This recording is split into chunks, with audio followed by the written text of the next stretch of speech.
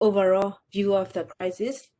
And in this module, we are going to learn the overview of the crisis, and then what causes the crisis, and then we will learn how to manage it.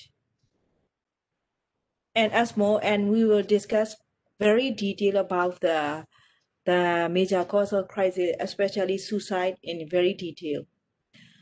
Shall we start module 2? So in this module, we will learn about the main causes of the crisis for the client, and then we will categorize the causes into 3 main subtypes, and then we will learn whether the cumulative effect of the causes. Okay. So before we go into the causes of the crisis, I will start with a small group exercise. For we will divide the crisis into 3 main groups. The first thing is that one causes of the crisis is the external factors. And then the second one is the crisis can cause the inner of our emotions, like the internal distress. And the third one is like the changes of our life events, the transitional states. So before I'm going to the slides, I just wanted to make into 3 groups so that we can learn very easily the causes of the crisis in a very short time. So I want to make you three group.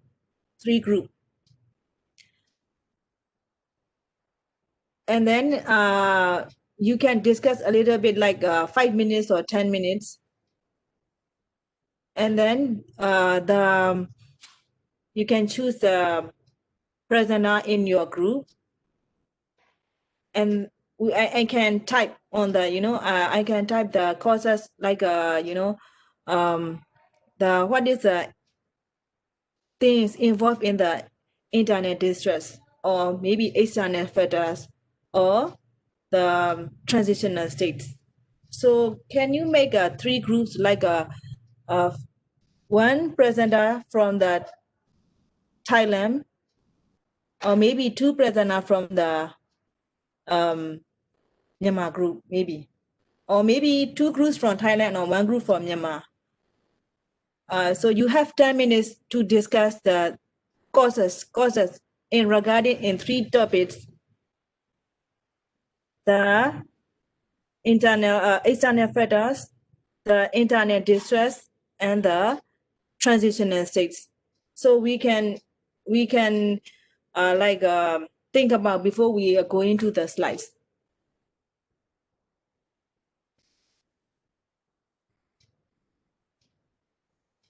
I don't really understand what transitional states mean. Yes, transitional states. Yeah, transition means transit means interchange, we can say. Transit. For example, when we are going to abroad, we have take a flight for us. So there's a transit. Transit is like a change between 2 places or 2 things or 2 situations, is we call as transition. Let me give you an example. So a married is also, we can say, a change from like a single life to the family life. So we can say married is a transitional state. So it's a good example. Or maybe transitional state is you change one old job to the new job, is a transitional state. So transitional state is a transition, is like a change or situation in your life. Is what we call a transitional state. Oh, I see, Ma. Okay. So can you make a group for like a 3 group, so that I can type so that everyone can see on the on as a presentation. But you know, if you make a three groups from maybe 2 groups from Thailand or 1 group from Myanmar, you can discuss among yourself for like 10 minutes. And so can I assign, or will you make assign by yourself for three courses?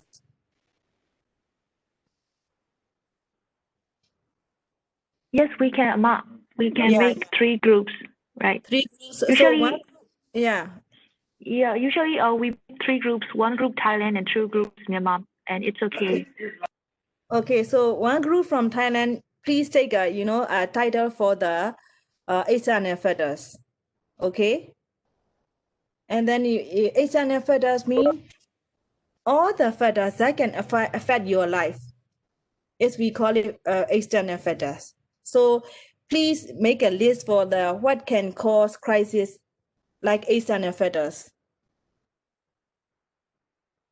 So Thailand group, please take assign for the external factors, and then 1 group from Myanmar take assign for the internet distress. Internet distress is which is not coming from outside of your but it's just coming from inside your emotions, in your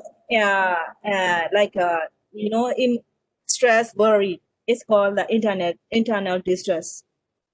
It's just only coming from inside is called the internal distress. And the third group will be take a sign of the transitional states.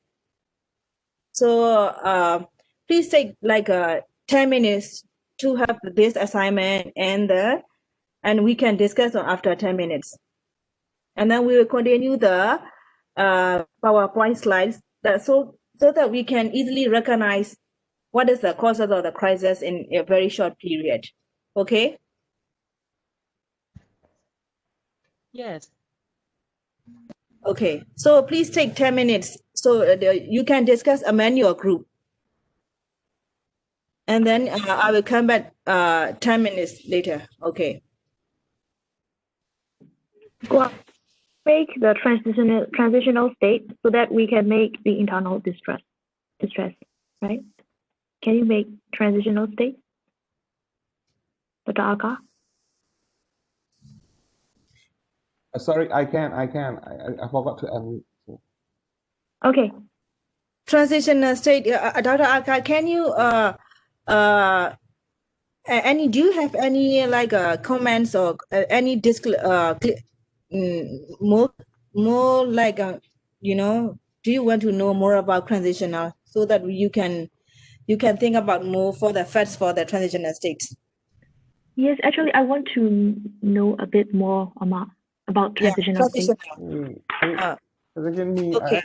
I think anything that changes your life, like birth of a baby, death of a parent, Yeah. getting married, getting This divorced. is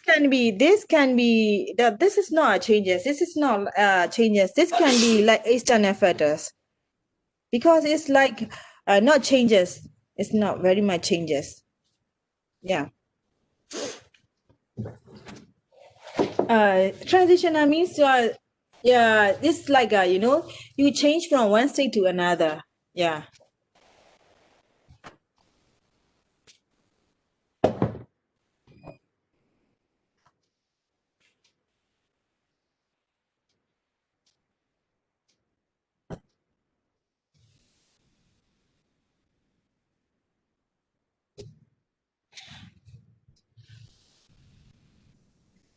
Dr. Aka, which one will you make?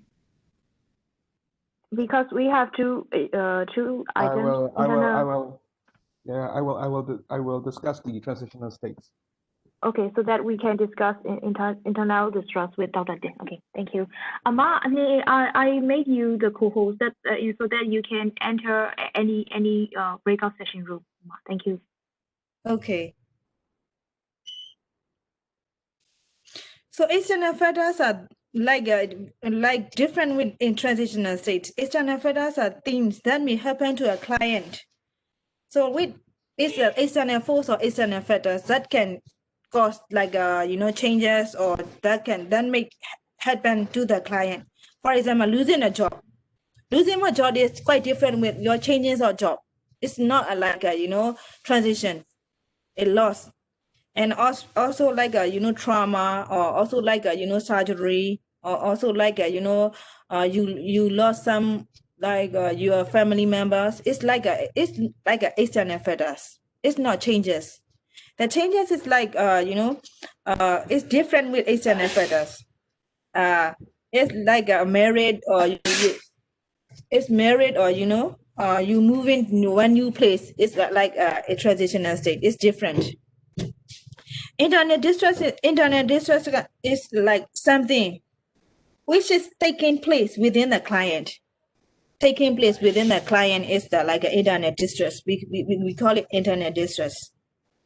Like a physical pain, or like the client suffering from like some illness of the mentally illness, or like surgery, or like cancer, like the internet distress.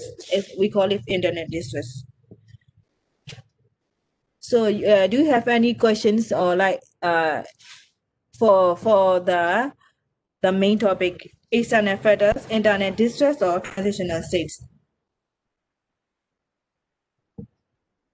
No question Okay. more. Actually, we're Okay. starting the breakout session now. Okay. Yes.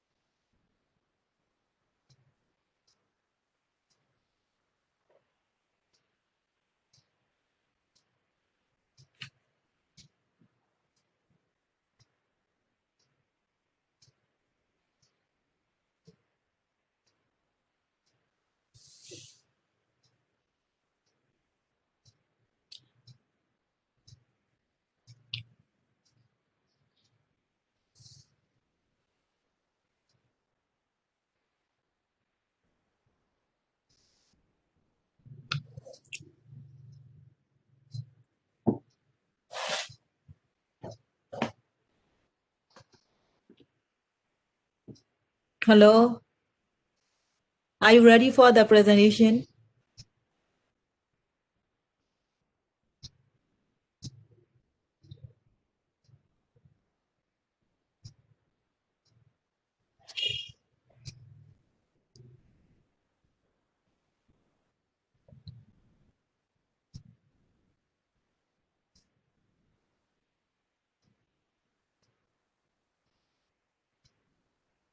Hello,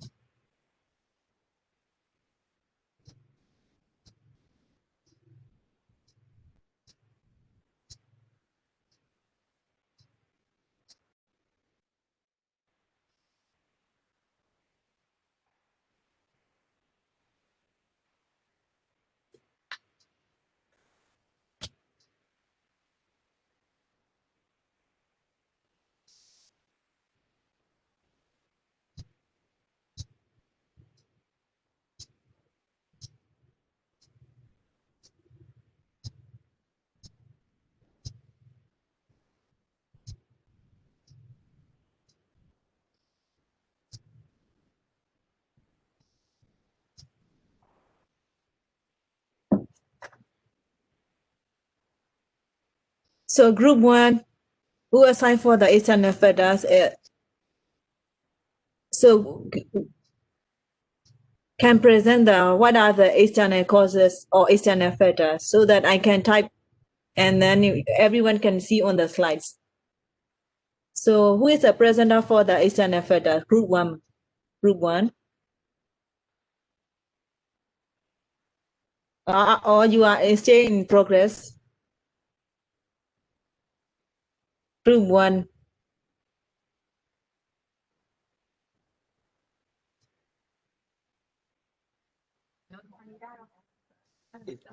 Group one. Use your microphone that I can hear you. Yes.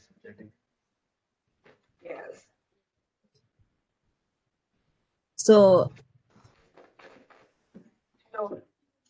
Okay, group 1. So so I can type on the on the slide so that everyone can see. I can share. Okay. Okay. External Group 1. factor.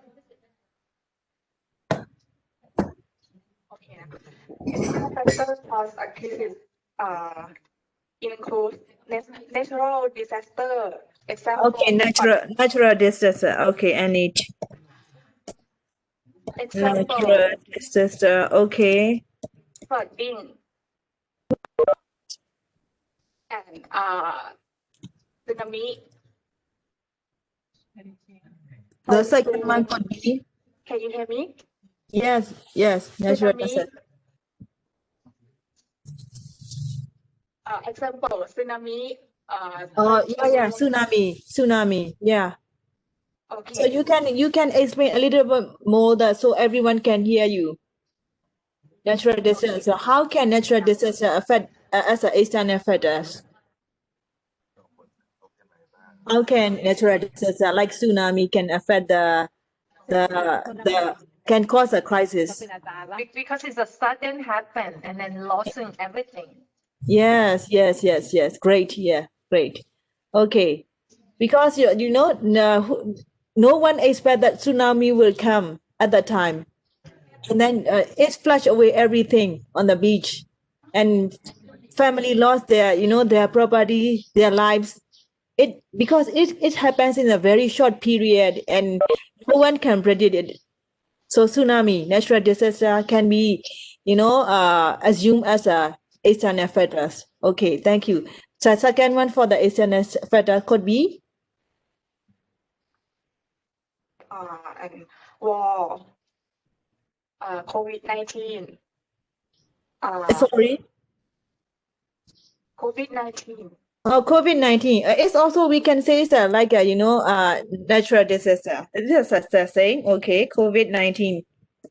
Okay, okay, and then Okay.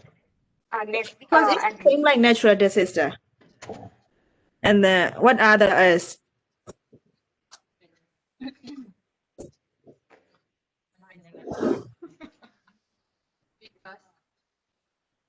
Because it's quite unexpected. We don't know the result, like whether like it will affect our health a lot or we like can tolerate the Okay. coronavirus like that. And it will like cause a lot of things like affects the whole thing, our bodies and our families, our friends, our work, our job, and everything. Okay. Okay. Thank you. And then what else? I think there are many external factors for the a crisis. Or other group also can add your ideas on the external factors also. Other group can share your if you have any ideas about external factors that can cause crisis. Okay. And death of family member. Family members. Sorry. Family member. Yes. Okay. Family members like Death of family member. death of family member. Okay. Die. Okay. Die of family member. Okay. Yes, it's also the very common cause of the crisis. No. Imprisonment. And then also. Imprisonment. Imprisoned. Incarcerated, Uh, like incarcerated, like in prison. Oh, okay.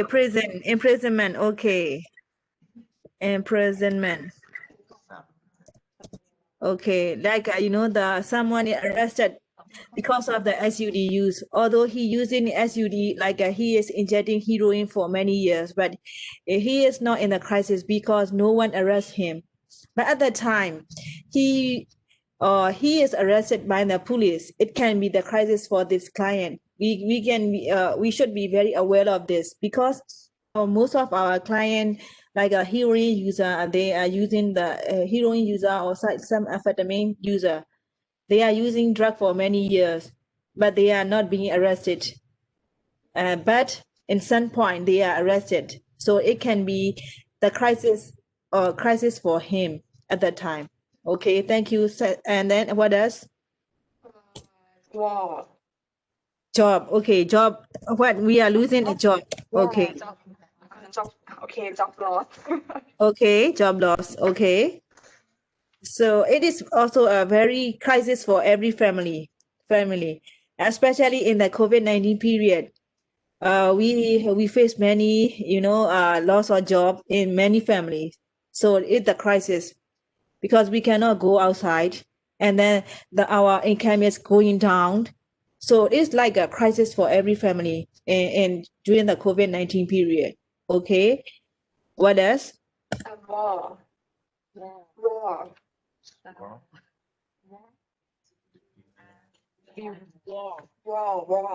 In war, okay, in war, or like war.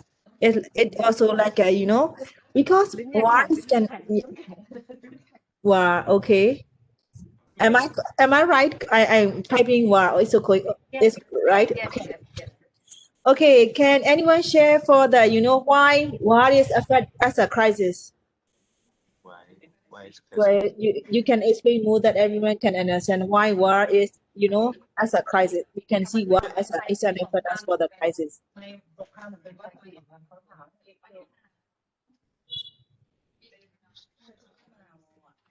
Because it affects our lives also, like like during the war, no one can expect things. Could be a bomb here, and then it's Okay. unexpected thing happen, and then we have limited resource.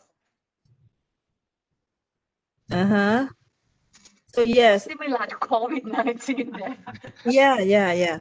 Because war, some war are very Cold War is like a economic war. That this war is like a we are fighting each other with like a weapons, so that every family can lose their loved one during the time of war. And also there are like a like a starvation, or like an instability or conflict everywhere in the time, in the period of war. So we can see war as it's an effect as for the crisis.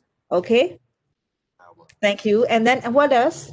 So civil war is also like a war, the same thing. Like a protest, like civil war would be the same. Okay, civil war is also the same, but the impact is quite different. Yeah, also the same. That also the same. Civil war is also the same.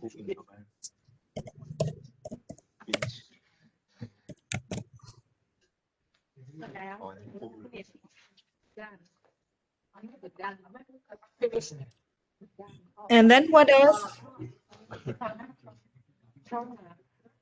Oh, accident trauma. Sorry. Accident. Oh, accidents. Okay, accidents. Accidents. Okay. Accidents could be the external factors. And then what else? Done.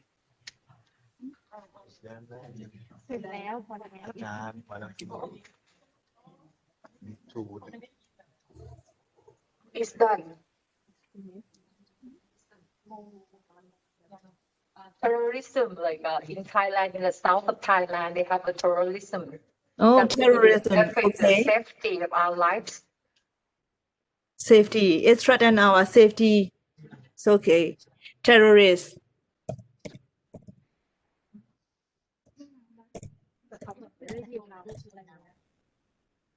Okay.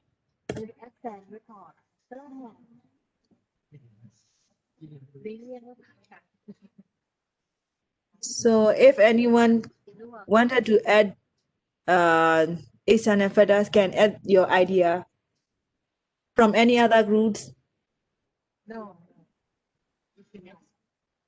So okay, so we can see Fail the external. exam Sorry. or fail Terrorism. the Okay. examination. Fail in exam. Examination. Or fail in examination. Okay, fail in exam. Okay. So In my so idea, the financial issue should be included. financial issue. So we can expand financial issue in job loss. So if we losing a job, there will be a financial issue. Okay. Not only that, Financial. when you're being cheated, Sorry. someone cheated you, someone like a swindle or cheat you, you will lose your money.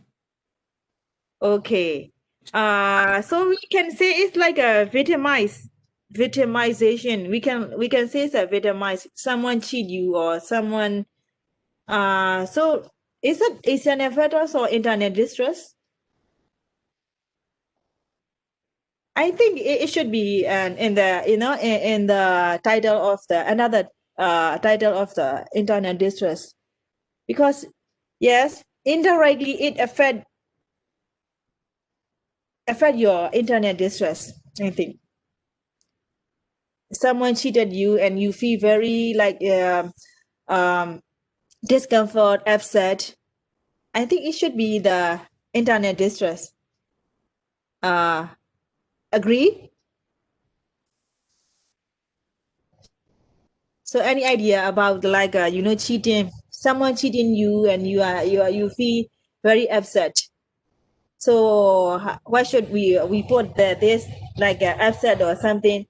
It's an offense or like internet distress. So anyone, any idea?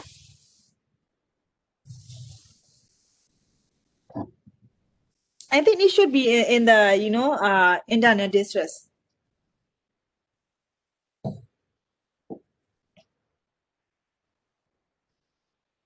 So anyone who want to add in the internet fetters, you can add. Okay. If we're done, we are going to the next topic, internet distress. So the presenter for the internet distress, you can present the internet distress for the why we say what is distress? Distress. How do you understand distress?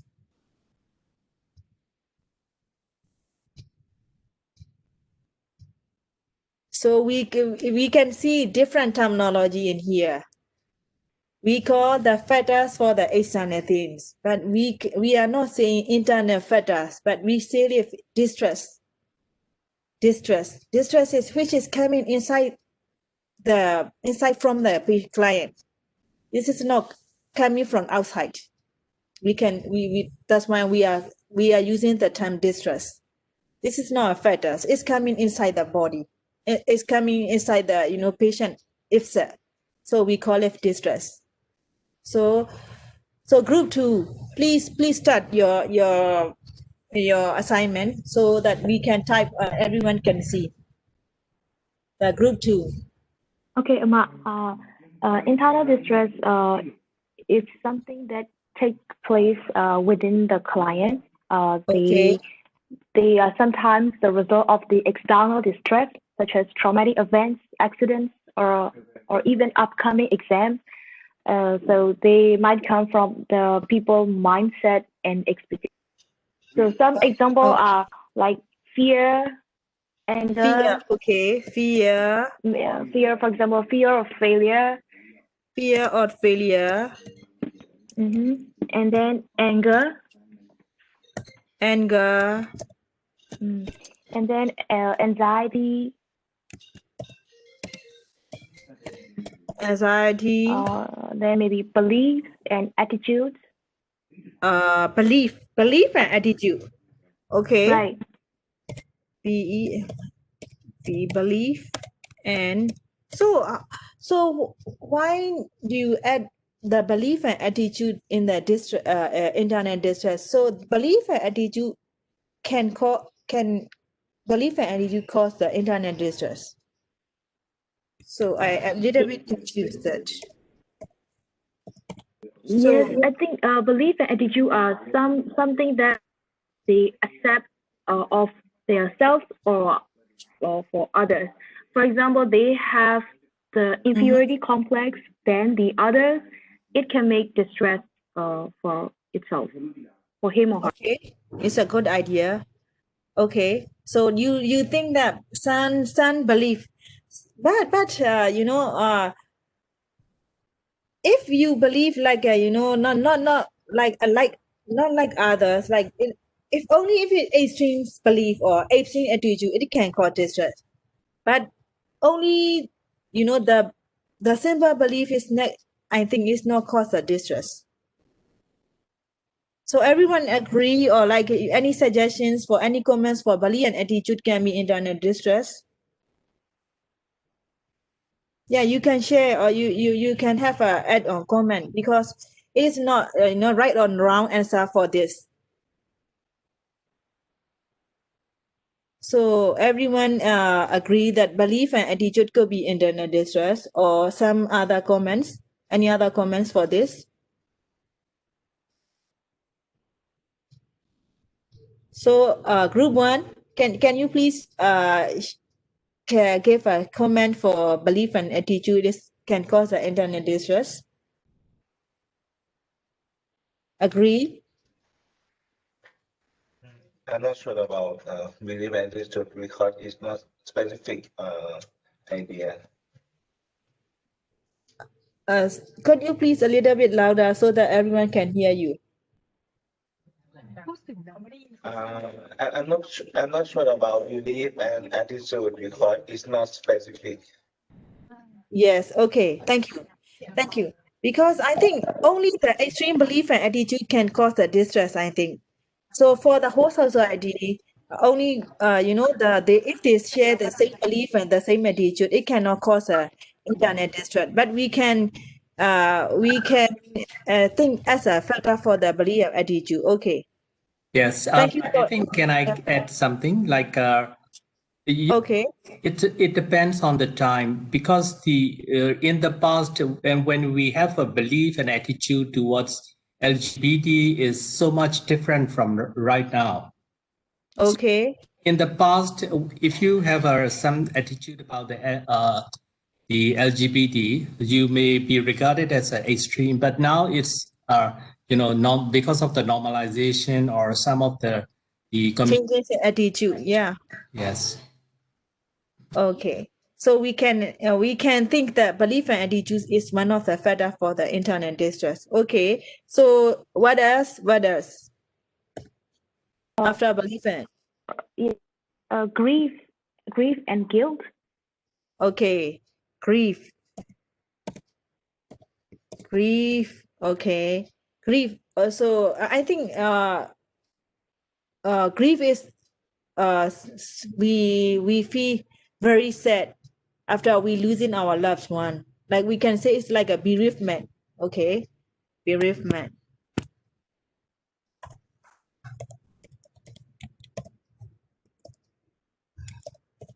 Bereavement. Okay. And then? And also unrealistic expectation. Okay, unrealistic expectation. So how can unrealistic expectation can affect our internal feeling? Unrealistic. Okay. Unrealistic. Okay. Unrealistic expectation. For example, if the client expects to be loved from someone else, To be loved? right? But it is unrealistic for him, so that can make distress for him. And also like some salary, like unrealistic expectation of the Okay. salary, but actually he in the real life he could not get, so it can also make the distress for him. Okay, thank you. So So any other comments about unrealistic expectation? Any other comments or suggestion? And any example for the unrealistic expectation? So unrealistic means this is not real. This is not like a, like a, dream. He Yeah, expected that cannot be happened. yeah. This is When you are ugly and poor and you want to be the supermodel. okay. Thank you for the good example, Dr. Aga. Okay, thank you. Okay, unrealistic. But in our country, Belua can also be the very famous we can say what Sally in our country. This is not an unrealistic expectation for Belua. Okay, okay, thank you. And then what else? What else? Bereavement, anxiety, anger, or maybe sometimes we feel very hopeless. Can also be internet distress, especially for our client. Hopelessness. Okay, our patient they are trying to cut down the sessions for many times, and they fail again and again and again, and then he feel very hopeless. So it can be the crisis for him as well. So we should not miss for the hopelessness. Hopelessness is one of the major causes for the crisis in our SUD treatment and SUD client. Okay. So and what else? And also, Amar, rigid thinking, like lack of flexibility. Lack of flexibility, rigid thinking. Okay, rigid thinking. So how do we understand rigid thinking? Rigid thinking. This is not flexible. Okay. Flexible. So he's not flexible. So how can rigid thinking can cause the internet distress? So please give me a beautiful example for this. Okay. So rigid thinking. For example, if a client he thinks he might pass the examination, like like he set the goal, like I have to get above 90, and Okay. I cannot get the below 90. So this is some kind of rigid, not flexible. So it can make distress for him. So it's not it's like more or less the same way like unrealistic expectation, right? No. Yeah, it's kind of similar, I think. Is there Okay. any example? Better Is example? there any example for other groups?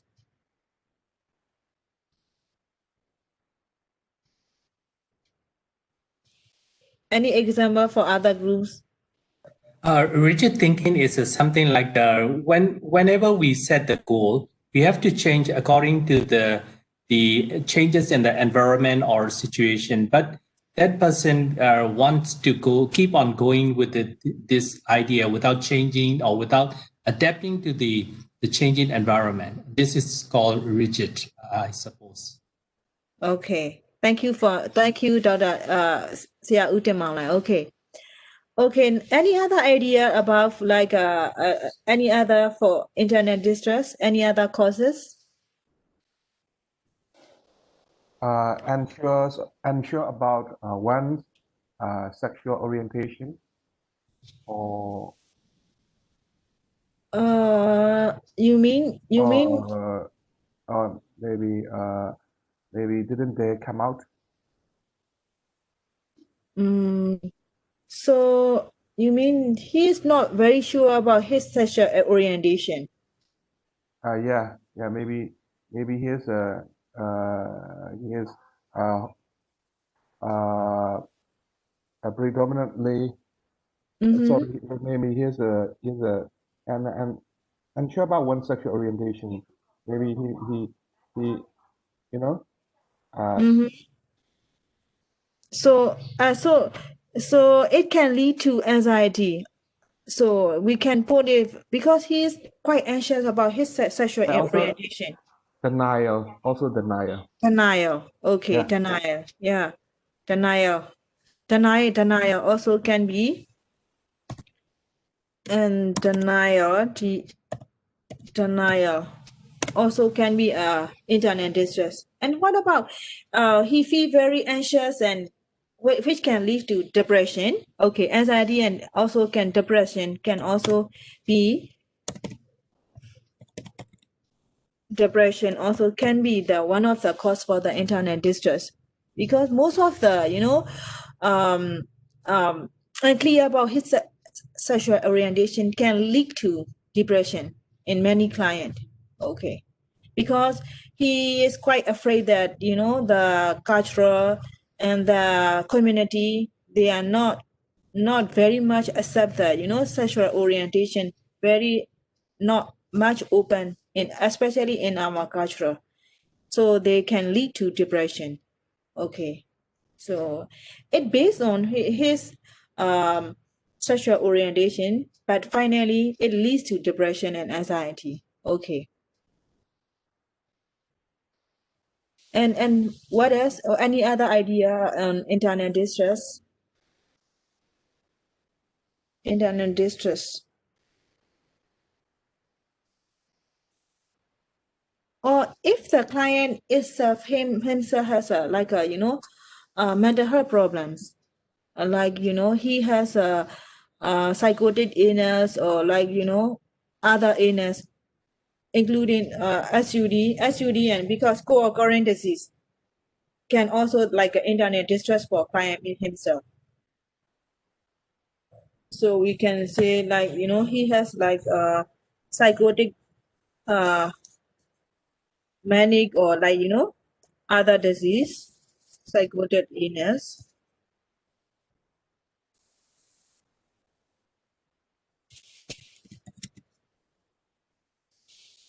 And one thing about Okay. to add, I'd like to add post-traumatic stress, but I'm not sure that should be in the external or the internal category. But I would like to add post-traumatic stress. Okay, post-traumatic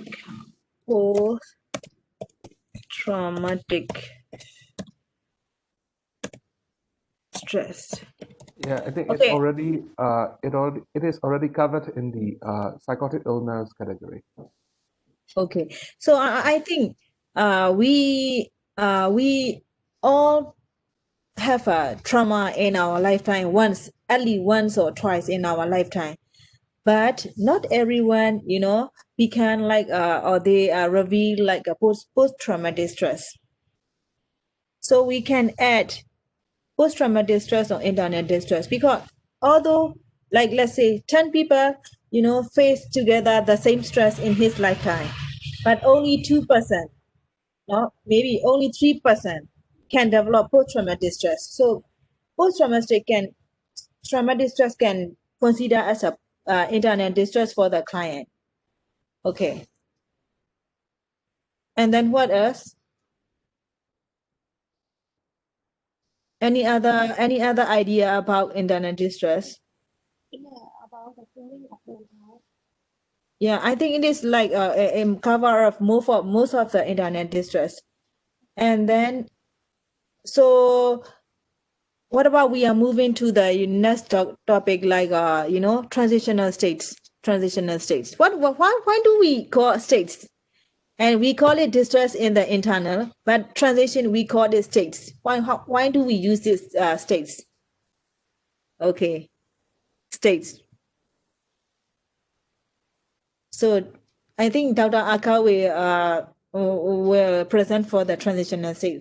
So how do you notice that? Why we call it states in the transition?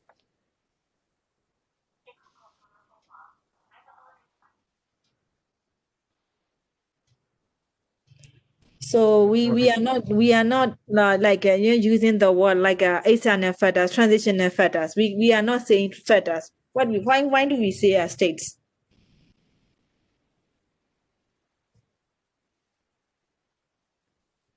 So and So anyone have any idea about what we call it states?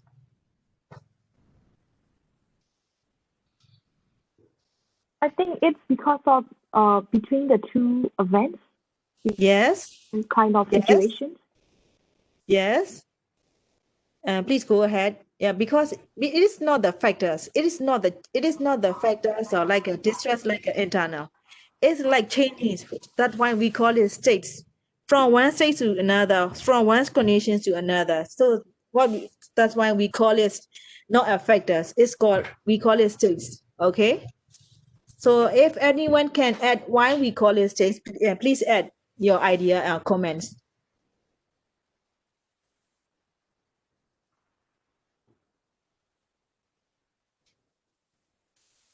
Hello?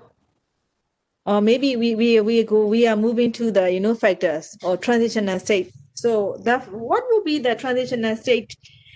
The very first transitional state for the crisis.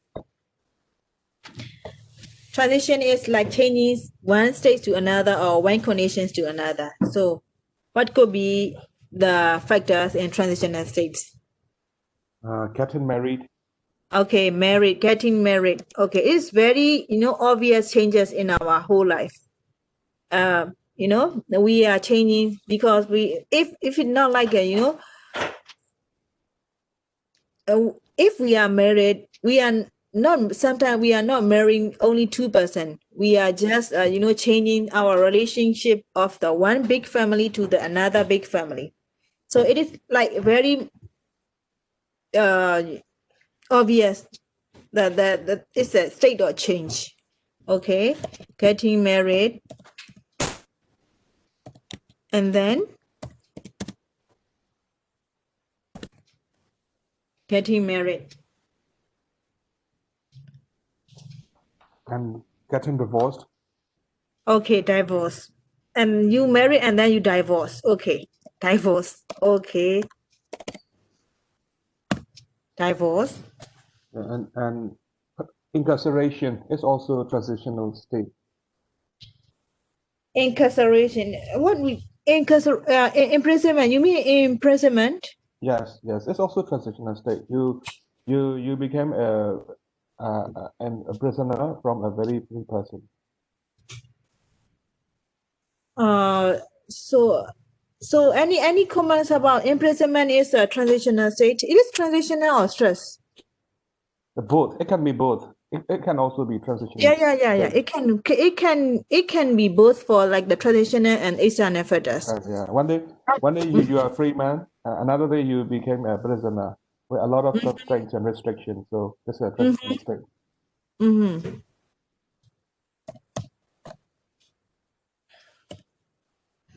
Imprisonment.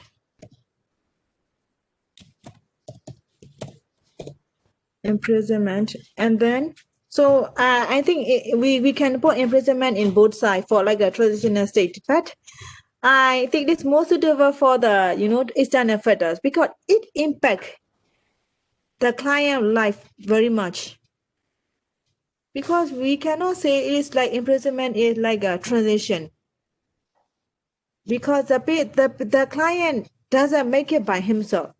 Imprisonment it. Usually transitional state the choice, because of the choice or because of the I see. Yeah, because it must be the client's decision and choice to make a certain states transitional. I think so. But because we shouldn't add the imprisonment on the transitional state, it's not he not expecting that he will transit to normal life to jail life. I think he's not expecting that much. Okay, but divorce, he is also expect that he is not compatible with his life partner. So because he choose or he decided to do it. So he transit. So married life to separate their life is divorce. So because the patient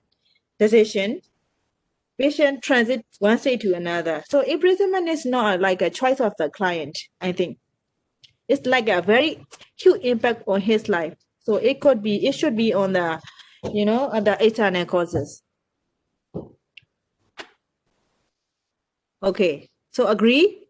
Any other groups, any other idea about imprisonment should be on the transitional state or is that external factors?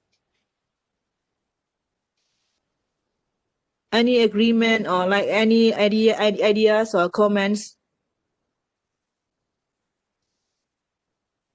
Dr. Aga, could you agree with me or do you have any other idea once to share?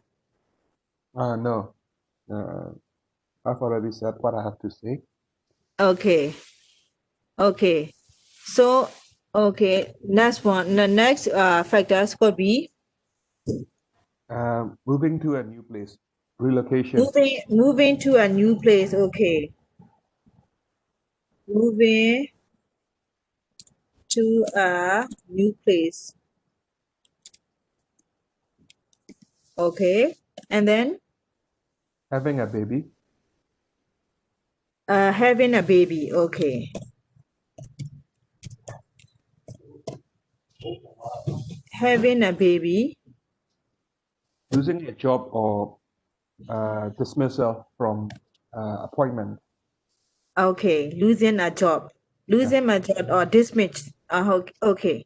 It can be a change or it can be it's an effect. Okay. Losing a job. So if we losing one job and we can have another good job, so we can have a transition and say, okay, losing a job. It's agreeable. Losing a job. Okay. Losing a job. And then what else?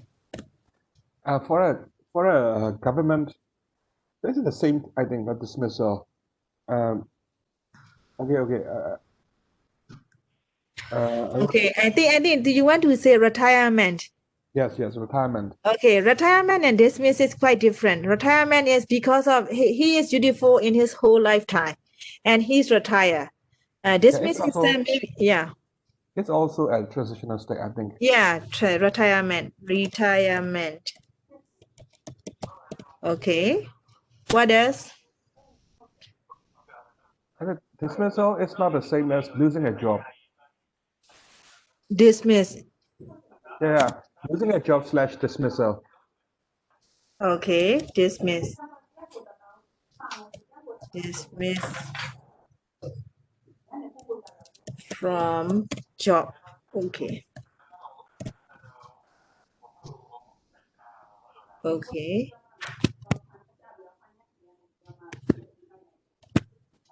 A change of job. Change of, okay. Change of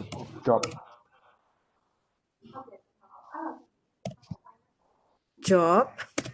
Yeah. And the last one is new normal. Can I include in the transitional state? New normal. Yes. The New COVID-19 pandemic, new normal. Yes. Thank you for your new idea. Okay, new normal state. Yeah, new normal life, especially in the pandemic. Okay, new normal life. We can add on the transitional state because we should try to adapt the new normal life after COVID-19 or maybe during the COVID-19. So it is like a transitional state. Okay, thank you. Any other idea about transitional states? Any other idea? Yeah, I would like to add. Adolescent. Can adolescents can include the transitional state because puberty. Right, Yes. it's kind of, yes, it's between 10 and 19 years old. Yes, puberty. They are like the big transitional stage. Yes. Yeah. Thank you for sharing. Okay, puberty states. Okay, so it is a big change for the we it's like we are changing from the childhood life to the adult life. It's we saying adolescent. Okay, adolescent. Okay, adolescent. Okay. Any idea for the transitional states? I would like to add lastly, disability can be included in this. That when someone got the accident and become a disabled person, that's a big transitional stage No, his or her life. Yeah, I think, yeah, but it's more or less on the, external factors because of the accident, he become a disabled person. So it can be, yeah, they are like, they are not very much on the, very much separate for like traditional state, internal distress, and, like external factors. But we are trying to, learn a little bit, yeah, like separately. But I think these topic are like they are linked, or they are like, connect to each other. So let's say disabled, because he is disabled because of the war, or because of the accidents. This is an factor, see, but he become disabled. But when he became a disabled person, he feel very hopeless and depressed, which is like internal factors. See, so these factors are, they are like connect, or they are associated with each other because of the one factor, which can lead to the another factors. Because of the disabled, his internal factors could be depression, or maybe suicidal idea, or maybe like other psychotic features. So they are, they are linked in between. Okay. So but disabled is not a transitional state. I think it's like a external factors which can lead to the internal distress. Agree? Okay, Ma, agree, Ma. Okay. No? So shall we? So I think this is our small group exercise, and we are moving to our slides. Slides. I think slides are more or less the same of your ideas. So it's very easy to recognize and remember for the the causes. Okay. So see, what are the possible causes of the crisis? Causes of the crisis could be we are lack of access to the essential service and support. We have an unstable housing. The client is very poor, or maybe we have the client have co-occurring mental disorders or medical, like he has a heart disease, or he have a co-occurring diabetes, or maybe he has like a psychotic illness. So it can lead to crisis. And then also discrimination. I think I discussed about the discrimination. Because of the stigmatization can lead to discrimination. Discrimination can also cause a crisis for the client. And then victimization. Victimization can lead to the because our patients are usually weak, and they can be easily exploited by our counselor or our treatment center, because some of the program, they have a record of like using amphetamine or using heroin in their urine test. So our patient, if can be victimized by they can be easily exploited. So victimization is one of the causes for the crisis. And then other like family issues, like someone like a breadwinner, or our father, or our loved one, they pass away accidentally or pass away suddenly, and or maybe the family conflicts, their family or sibling rivals between our siblings, and also bereavement. So this is the possible. So possible mean there are many other causes, or there can be many other causes for the crisis. Okay, and then so do you have any questions about these slides?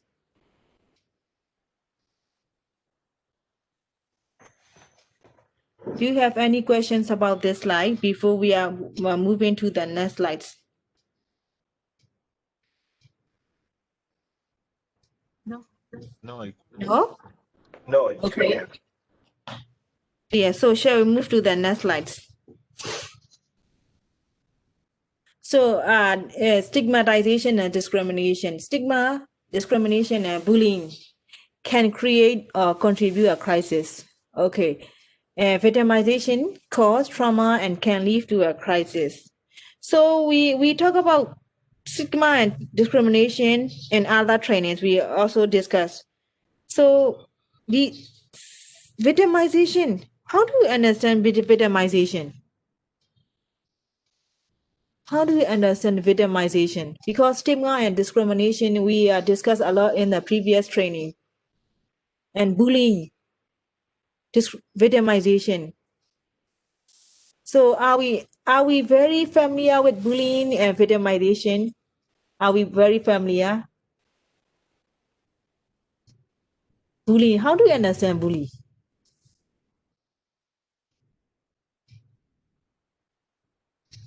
So group one, could you please share your idea about what is bullying?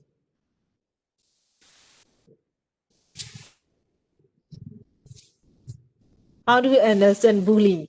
Bully. But I think most of us very familiar with bullying.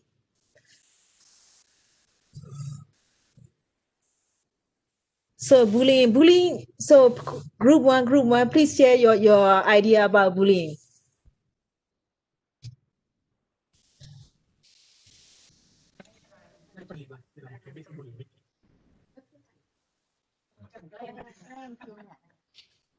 It's attempt to harm another one, like a friend, something like that. And also teasing them to be ashamed to the others, like. Yes, they are cheating. Yes, they are cheating. Usually bullying, bullying is like, especially in the school. For like the grade 3 student bully to the grade 2 students. It is like we usually see the bullying because they usually bully because of the power differential. The teacher can bully his students. Yeah, bully occurs between the power differential. Okay, so sometimes even like the counselor, or like we can say it's not a very ethical counselor. The ethical counselor can bully his client because of the power differential. Also, victimization is also like it's like intense bullying is a victimization. Victimization is like someone is using the weakness of someone to victimize. This is called some severe form of the bullying is a victimization. Okay. So are we clear about bullying and victimization? Usually they are standing in power differential. Okay. Any idea about victimization and bullying? Because it's very important for the crisis. So shall we move to the next slide? If you have any idea, you can use your microphone and have a comment. Okay. And then mental health and SUD. Mental and SU substance use disorder can cause or contribute to the crisis. This is very clear because we already discussed in the internal and external factors. Okay. So we already have a small group exercise for the causes. So we escape. So we escape that one. So, and then what causes crisis? This is according to the power prime of the Coulomb plan. The external include bereavement. We already included the sudden and severe illness of the family, job loss, natural disaster, surgery. So, and surgery, if we are planning to do a surgery, like, we are not saying that every kind of surgery could be external factors. Only unplanned. Unplanned means like burst appendix. We have an appendectomy because of my appendix is burst. This is unplanned. But some surgery are planned. Some surgery are planned because of the gallstone. I am planned to be operated for the gallstone surgery. So this is a planned surgery. We cannot say this kind of surgery could be a crisis for the patient. Only unplanned surgery because of he got an accident. He got a surgery for the amputation. So this is the unplanned surgery. And then imprisonment could be external factors and terrorism, trauma, or displacement from home due to the conflict or civil unrest or war or other type of and severe losses. So it could be external factors. So we already discussed about the external factors in our small group exercise. So the other factors, internal distress. So despair, depression, hopeless, psychotic or manic episode, post-traumatic stress, and unpleasant substance use reaction. How do you understand unpleasant substance use reaction? So we didn't discuss about unpleasant substance use reaction, but here the new one is unpleasant substance use reaction.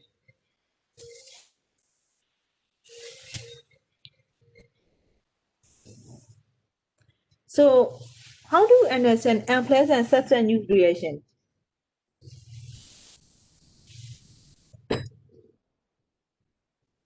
So anyone who wants to share for this one?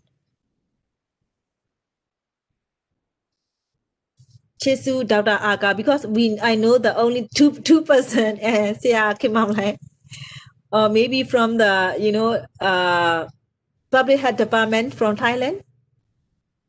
So anyone who wants to share how do you understand unpleasant substance reaction? Okay, I think it may be from drinking alcohol. Drinking alcohol, but drinking alcohol is pleasant or unpleasant because this is a reaction. Reaction, it makes you unpleasant. Yes, firstly, unpleasant feeling. We always So Dr. Nayetet, so it's like a pathological reactions for like alcohol reaction. You mean? Yes, I Okay. mean it taste, it smell, and Smell. yes, smell Okay. and taste. Taste. Okay. Any other idea? Any other idea?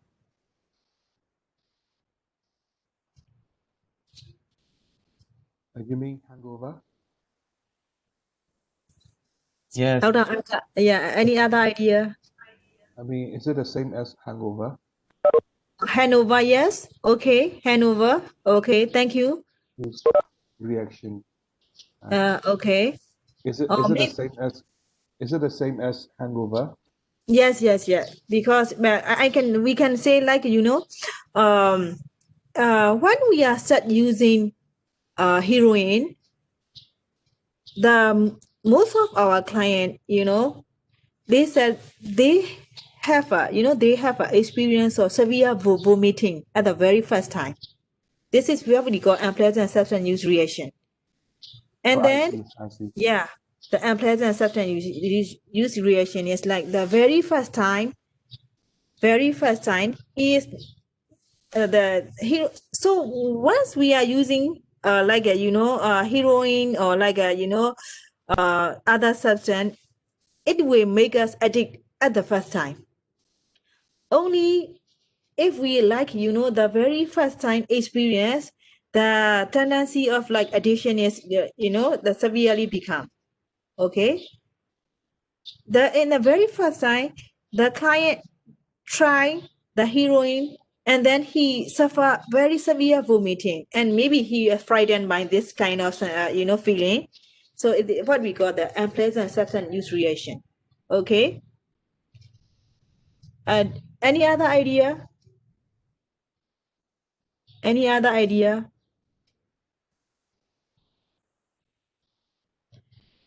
Okay, so let's move to the next slide.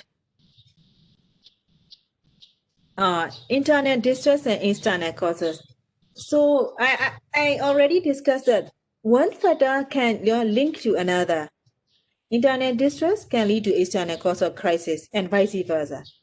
So because of the accidents, he became disabled. The accidents is external causes. That leads to disabled person because he needs to amputate his both legs. So he became disabled. And then he feel very hopeless and depressed. It's internet distress. So it can lead to one another, what we call this is the, cumulative effect, or, this is can lead to one fetus to another. Okay. So transitional state, we already discussed that it's a marriage, job change, divorce or separation, or new family members or baby, marriage, or we can change one job to another, or relocation. So we change one place to another. Okay, this is what we call, what we already discussed, that this is a transitional state of the client. And then finally, cumulative effects. Cumulative effect is, you can see here's a two diagram here. Events one. Okay. The events one is the client, let's say the client can bear or can cope for like external factors. For external factors. Okay, I'll give you, let me give you an example. For external factors, the client is like, he have a very severe, let's say accidents, or like, he has a job loss. Okay, I give you the simple example. He has a job loss. It's the external factors, or he has been dismissed from his job, but he can cope. Okay, the first time he can cope. So what do you mean by cumulative effect is, he also has a substance use problem, or he has a family issues, that his wife is very nagging, or his wife is very not helpful for him.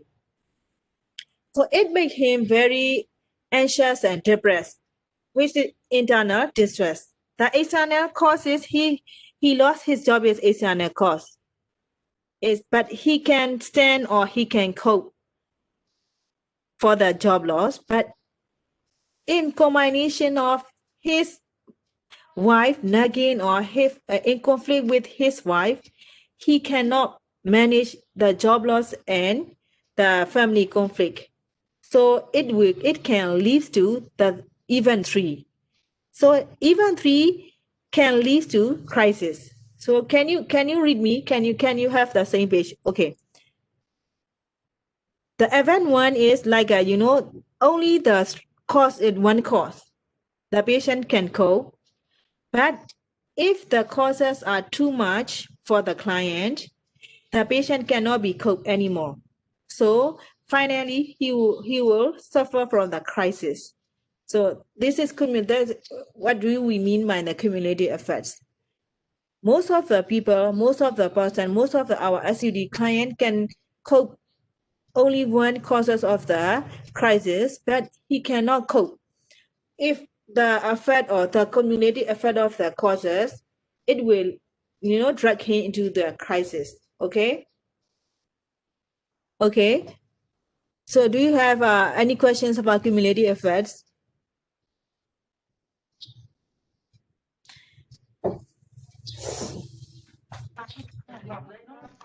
No, it's clear, Doctor. Okay. So we already have a small group exercise. So shall we move to the module 3?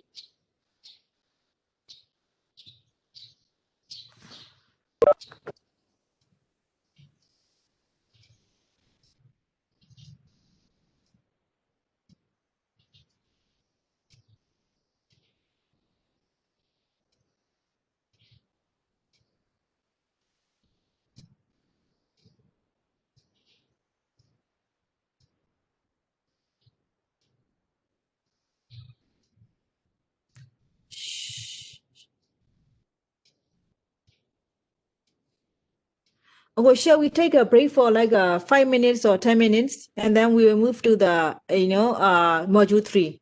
So please take a break for like 5 minutes or 10 minutes. Okay. Okay, I will come back after 10 minutes.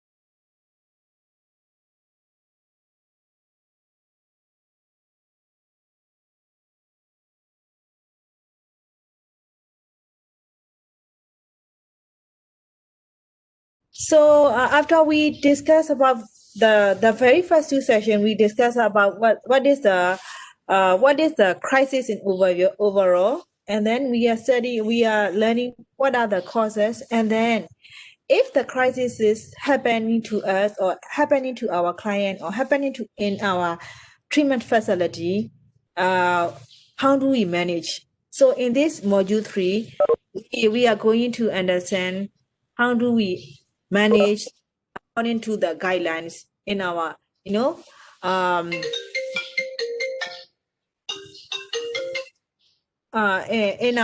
our treatment facility. Okay. So what is crisis management? What is crisis management? Crisis management offer those in crisis immediately help to solve the problem they are facing. So management is, we are trying to help our clients to solve the crisis they have or they are facing, and re-establish balance or stabilities in their client life. But in the very first lectures, we discussed that crisis is time bound. It is time bound. It is very short term, time limited, and it is immediate. And also the management should be immediate. The management should be short term. It's not meant for the very long goal or long term. And also it is also the time limited. Okay.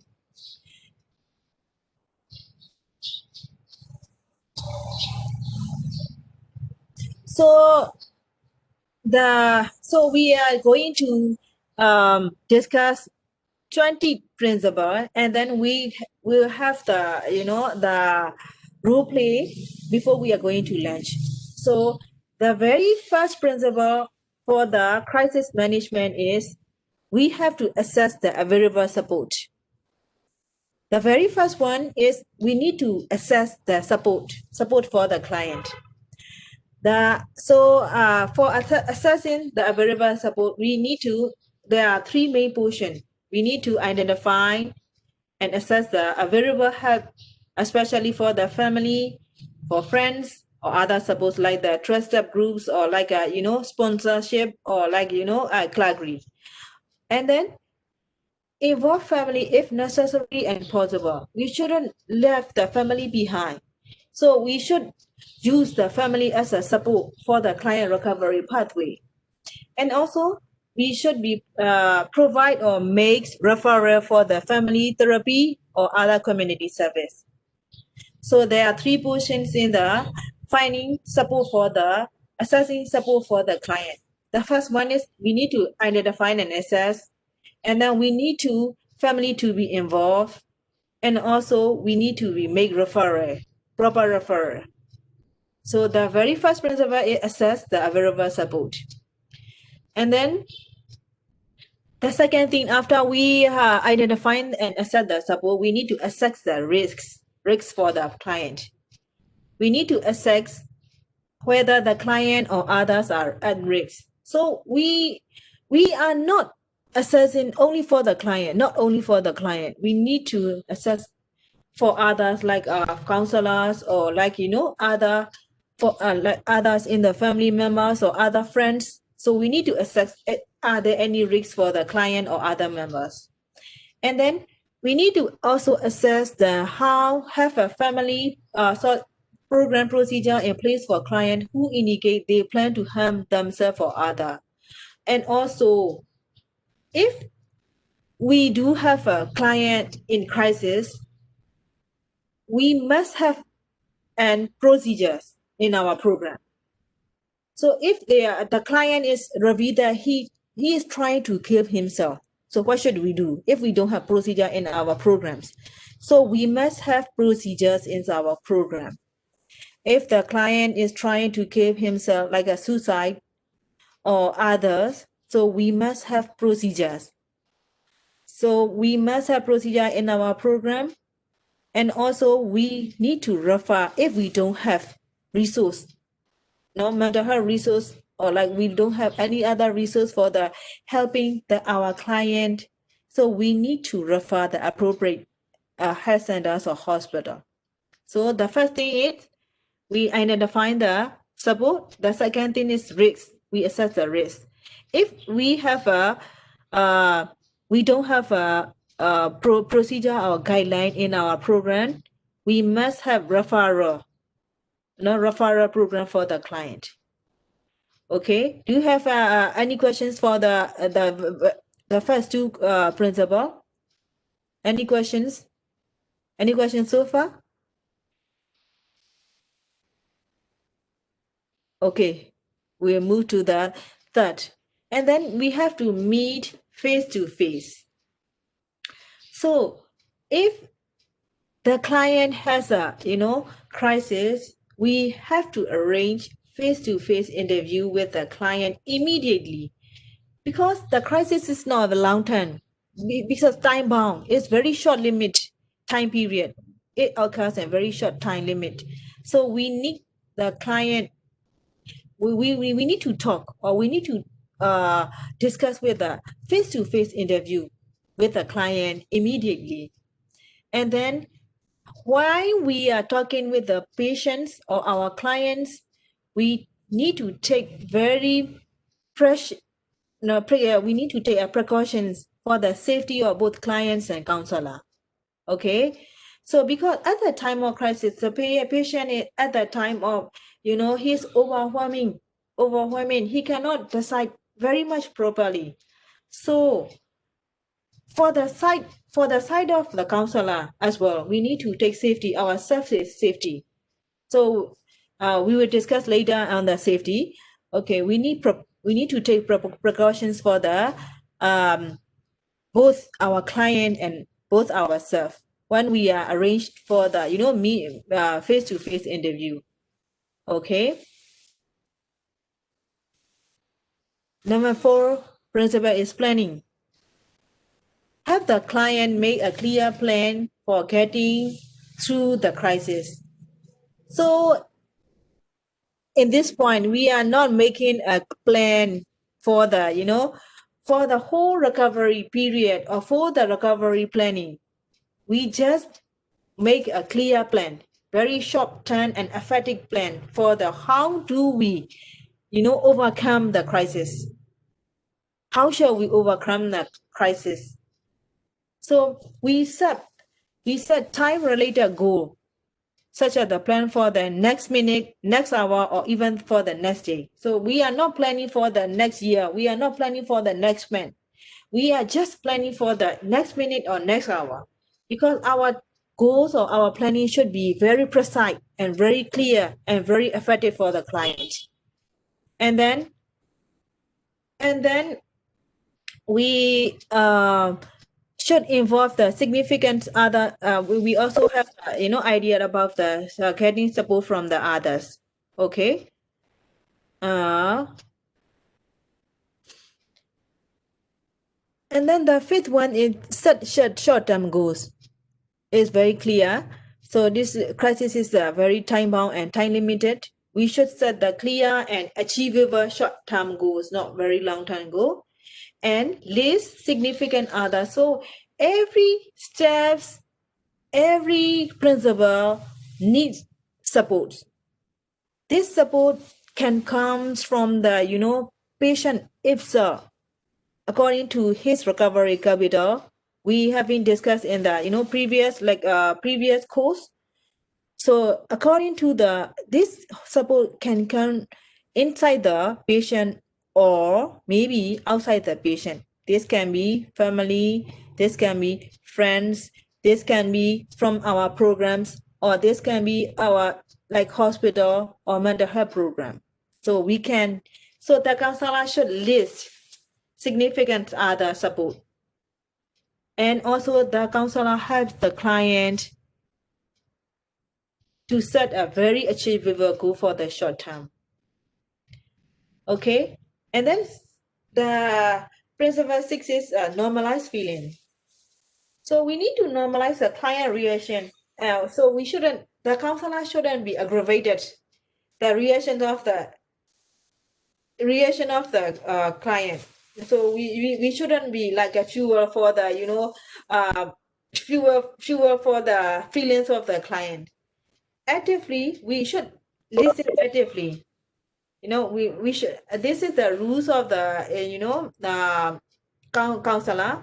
We never give him like judgment while we are listening or while we are, you know, talking to the client. Okay. And then we should understand the context, understand what the situation means to the client. So, for example,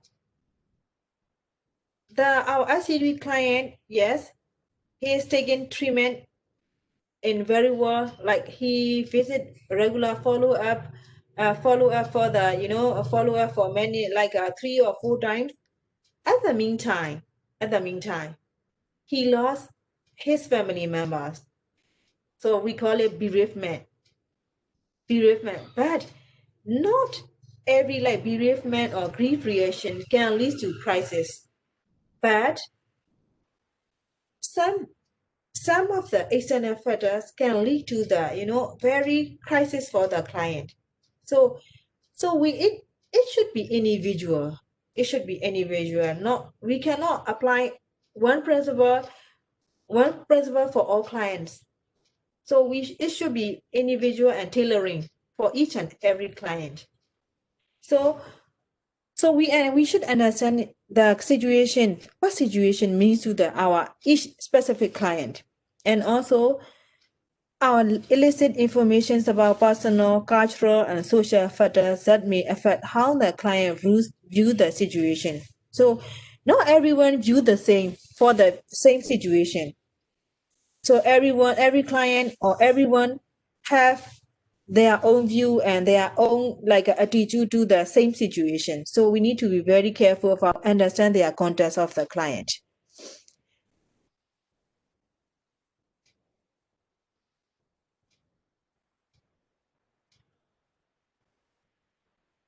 So number 8 principle with why, after we understanding the context of the client, we should explore the coping strategy for the client. So we need to have the client explore effective coping strategies that were used in the past. So could you please give me what are the effective strategies that were used in the past? Could you please give me an example?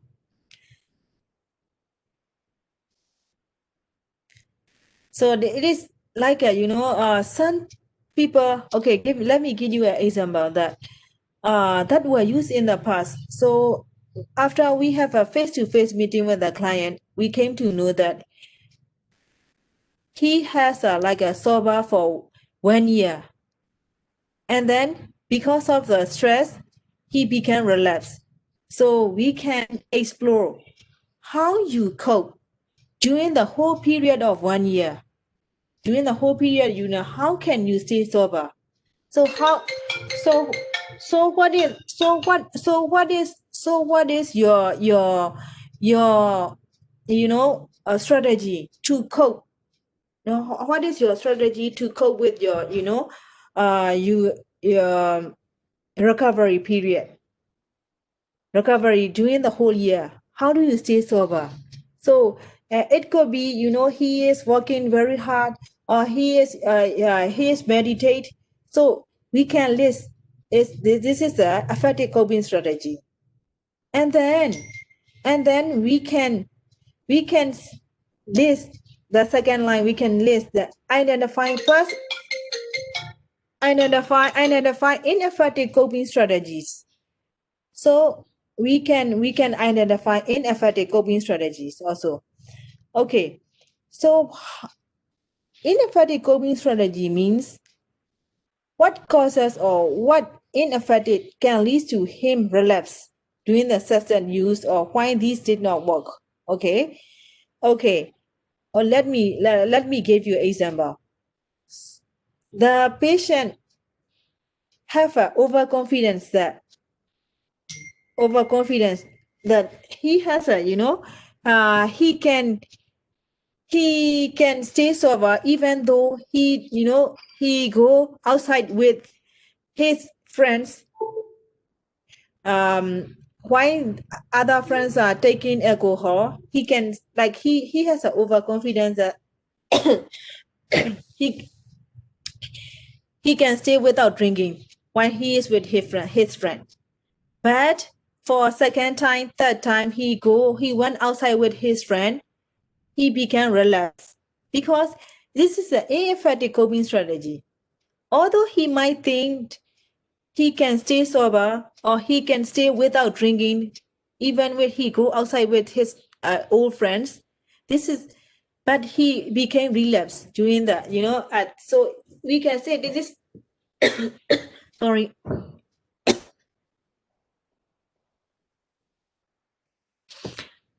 So we can say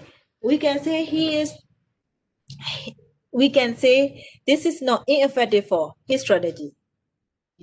So we can discuss the client. This is effective for the coping strategy. And then the goal: move the client from feeling like a victim to feeling empowered. Our goal for the coping strategy is, like, we want to empower our client. Like, he feel like he is very weak, he can relax very easily, so he feel like he is a weak person, he's like a victim. But the aim for the exploring coping strategy is, we want to feel our client that he can make it, he can overcome it. So we are trying to move our client feeling from victim to the empowerment. Okay.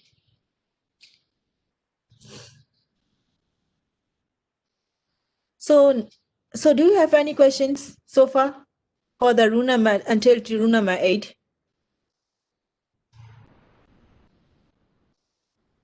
Or are you sleepy? Are you sleepy? Do you,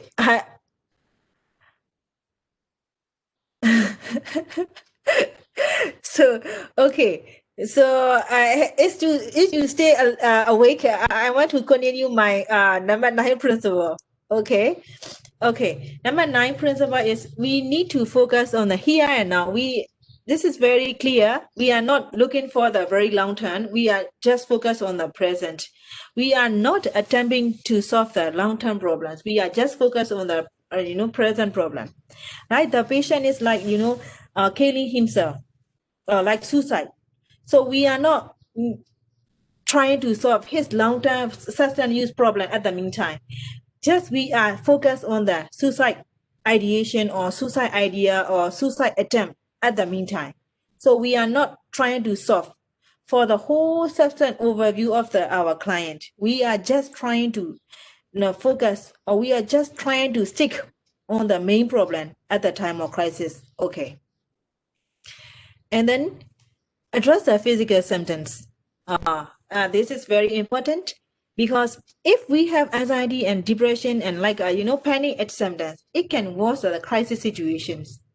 So if our client shows that there is a anxiety or panic symptoms, and then the counselor should not be act like our client, because of the client is very anxious. The counselor act according to the patient anxiety and panic symptoms. So if our patient is showing like anxiety or panic symptoms, the counselor should speak very slowly and calmly. Otherwise, we can create a chaos between our client and counselor. So the counselor should speak very slowly and calmly, and the counselor should encourage the client to breathe slowly and deeply, so that the panic symptoms will be going down. Okay. And also, we need to protect ourselves. So protect yourself and do not take a risk. So in this slide, we can see 2 very good examples.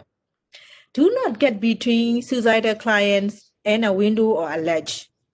So what will happen if we get into between the suicide client and a window? So there is a suggestion: do not get between. So if we are between suicidal client and a window, what will happen?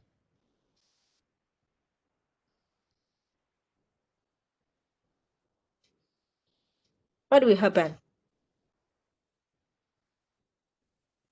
Please answer me. If we sit between the suicidal client and the window, what will happen? The client might attack the counselor.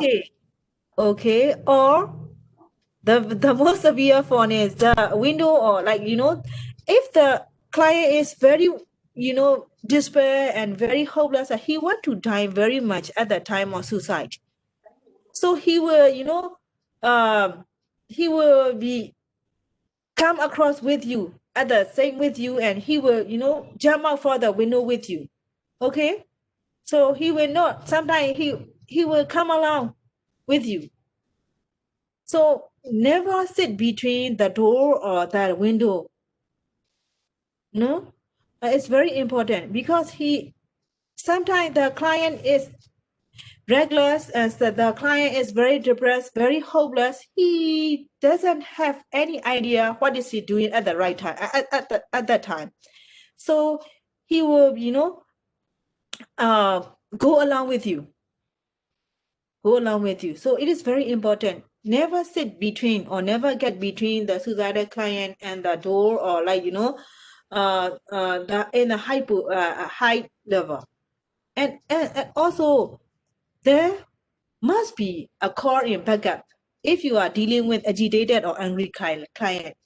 So the suicidal client go along with you. At the same time, the angry client will fight you. So that they don't have any sound decision at the time of crisis. So very agitated client will attack you. So there should be the other one with you when you are dealing with the suicidal client or the agitated client. Okay, this is very important. This is very important, because you should never handle the crisis client alone. Okay, we will discuss on later principle. And then the third principle is follow the program guidelines. So never try to break our program guidelines or rules and regulation. So there are two main important for the this principle, this guideline. Do not physically restrain a client unless you have been specifically trained to do so, and there is program policy allowing it. So never restrain the client. Never restrain the client. And then do not drive a client anyway unless there's a program. Never drive a client. So we should stick the program guidelines. So sometimes if the patient is very agitated, or the patient is trying to commit suicide, so this is some unconscious mind came out that we should restrain the client, unconscious mind, because the patient is trying to kill himself or trying to harm himself. So we might restrain the client, but this is we never do such a action. So never physically restrain a client, because at that time the patient is very strong, because at the time of agitated, the patient is very strong and energetic. So never try to restrain the patient, and never drive away with the client. Okay. Do you have any idea, or do you have any experience you want to share about the physical restraint? Do you have any idea, or do you have any experience? Most of us have experience about the restraint of the client, because we usually this is like an automatic response, that if the client is very agitated, very rowdy, we arrest the client, or we restrain the client immediately. So do you have any experience?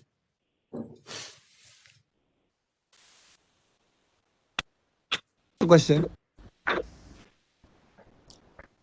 Sorry. Hello. Do you have any If experience go- about pinch restriction? if the client made himself, if the client made injury to himself Yeah. during the consultation, what should we do? So we never restrain. We never try to restrain the client, physically restrain. We try to calm down the client, and then because we are not very well trained for the restraining of the client. If we are trained to how to restrain our physically restrain the client, we can do it. Otherwise, we never do the physical restraint of our client. Because we have an alarm or like a bell, if the client show the sign of rowdy or harm himself, we should press the bell for the assistance. Okay? A counselor never do the physical restraint because there should be bucket 2% or 3% outside the counseling room. So we should press the bell and outside and from our table, and we call in the assistant or we call in the backup, and they will come inside immediately. Okay. So we never do a physical restraint by yeah. Okay. Do you have any questions or any experience?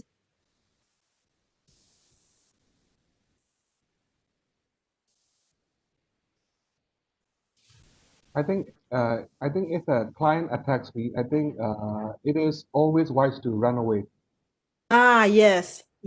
And also there should be another, door behind the counselor, because it is, if we try, we build a, counseling room, there should be two doors. The first door is coming for the coming of the client, and the second door is for the, for the counselor. If like the crisis like happen, we can run easily. So there should be two doors. The counselor should not be in a very close room. Okay. So the design for the, counseling room is there should be two doors for the, both counselor and the client. Okay.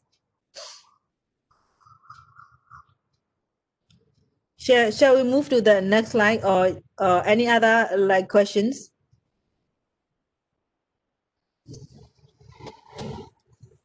Okay. Use a team approach. This is what I mentioned just now. Never act alone. Helping a client. So we should call our supervisor or colleague should be around. Okay. And then stay calm. If the clients attack me, we should even remain calm and collected and in charge when interacting with the client. Be straightforward and direct, and do not give false assurance. So we should be stay calm, and we should show him the straightforward goals and direct goal for our client. We never do a circumstantial advice and force hope for the client. And stay calm, and we should tell him in the crisis period. Okay. And then do not confront.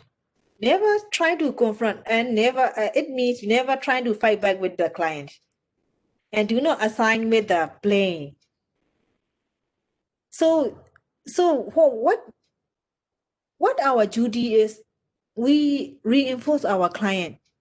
We should reinforce our client, because sometimes patients feel very lonely and very hopeless and very depressed. At that time, when we are saying that you are making this situation by yourself, so the client should be feeling very lonely and very hopeless more and more. So at the time of hopeless or depressed, or maybe any other causes, we should say, I am on your side. I am on your side. You are not alone, because you are not alone struggling for the, this condition, this situation. I am with you. So you need to be very reassure that you are on the side of the client. So, and also you are care about him. So you are caring about his well-being. So the patient couldn't feel that he is not, he is alone. So he is with you, or she is with you. So try to reinforce the client, trying to reinforce the client, and never blame the client, and never confront the patient. Okay. And then be alert for the relapse. Every time of the crisis, our client can be relapse easily. So at the time of crisis, we should keep in mind that our client can be relapse. So that you should remember client with SUDs are more likely to use during the crisis, as substance use can worsen co-occurring mental disorder, and then remind our client the risk of the return to the substance use. And also, we should include the relapse prevention strategy in the planning. Okay? And be prepared. Be sure you know about what are prepared to mobilize appropriate resources. So we are not acting the crisis, we are not handling the crisis alone. So we need to be very sure that we have other appropriate resources in our program or in our center. There is law enforcement. Therefore, if there are any mobile crisis services, or if the medical assistant, or if the crisis treatment for the mental disorder. So we need to be very sure about that our program have this kind of resources. And then we make a follow-up plan. If the client wants resolve our crisis, we need to develop a follow-up plan for him, and then follow up on the client progress also need follow up, and then take care of yourself. 19. Make your own level of stress. Sometimes we trying to create our own crisis. So counselor also need to be very aware of himself. Counselor need to be very aware of his that if he is feeling that he is too much stress, this is also crisis for him. So we need to make our own self-care strategy. So it can be different from one person to another. Some they are, they are going outside with their close friend. Sometimes some should be, some other their coping strategy can be they are talking with their friends. Some they are like playing football. This can be different strategy for us, so we can make our own strategy for our self-care. And then there is a very important thing is we should maintain our professional boundaries. And then finally, let's other take the lead. Sometimes we are very, very much upset and very like we feel like we are burned out from our job. So if we are not feeling comfortable for handling the crisis, let other take the lead. And crisis management is not for everyone. And forcing yourself to take the lead when you are not comfortable could have disaster. So if we know that this situation we cannot handle, even though we know that, though we are trying to force ourselves that, like I can handle it. So it could make disastrous results. So I think you could have the overview for the principle. I think 20 principle, and then so I think this is for the lunchtime. Yes. Okay, so lunchtime. So I before we are breaking for lunch, I need for the try role play exercise. After coming back from the lunch, I think we will make role play. We'll make role play for the for the sake of time, I will make the role play for only one group, maybe from the Thailand side or maybe from Myanmar side, for one. So this is a role play exercise. So you need to choose the 3 volunteers. The first volunteer would be the counselor. The second one is a client and the observers. So the client will simulate the crisis situation, and the counselor can use any of the 20 guidelines. You can use any of the 20 guidelines how to resolve or to manage the crisis situation of the simulate scenario. And then the observer will know what guideline the counselor is using and provide feedback. So I think it is possible for one group from one role play from the Thailand side and one role play for the Myanmar side. Is this possible? Chisu, is it possible? Yes. Yes. Okay. So we need 3 volunteers. So 3 one from each volunteers from group, and Thailand how side about and 3 volunteers from Myanmar side. Because yes, we can be. I can be one. I can be one of the Myanmar participants, of course. okay, so you can discuss among yourself who will be the counselor, who will be the client, and who will be the observer. So the observer, the role for the observer is he need to present that what rules or what what principle is using, or counselor is using in this case scenario. Because in this role play, he is the one who need to take the notes and then present back to the group. Okay. So are we clear about we will have the 2 group from Myanmar side and Thailand side. There will be 3%, 3 volunteers for each group. Okay. So shall we come back after lunch? So how do you think? We will make the role play first and then we'll break up for the lunch, or after lunch we have a role play? Because it is for it, I think it's also almost a lunchtime. So what should we do After lunch. after lunch? Okay, after lunch. So what time we meet again? Okay. We usually take 1 hour break, Ama, for lunch. 1 hour break. But today, if we take a 1 hour break, the time will be strict for the second presenter or second lecturer. So how about we take the 30 minutes lunch for today? Because we will take 15 minutes for each group for the role play. Is that possible?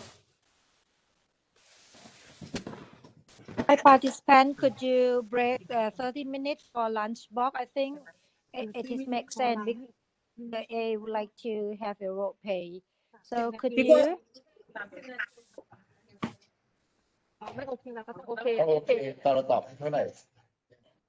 Are you okay? I think that's fine. If you're not complete, you can bring your lunch box. okay. I think because if we have a role play exercise, we can remember more. More than we are talking the slides and lectures. Right. It's okay, Okay, fine. so we will meet again on 1 p.m. from the Thailand side and 12:30 p.m. from the Myanmar side. Okay. Okay. Okay. Okay. Take Have your a great time. lunch.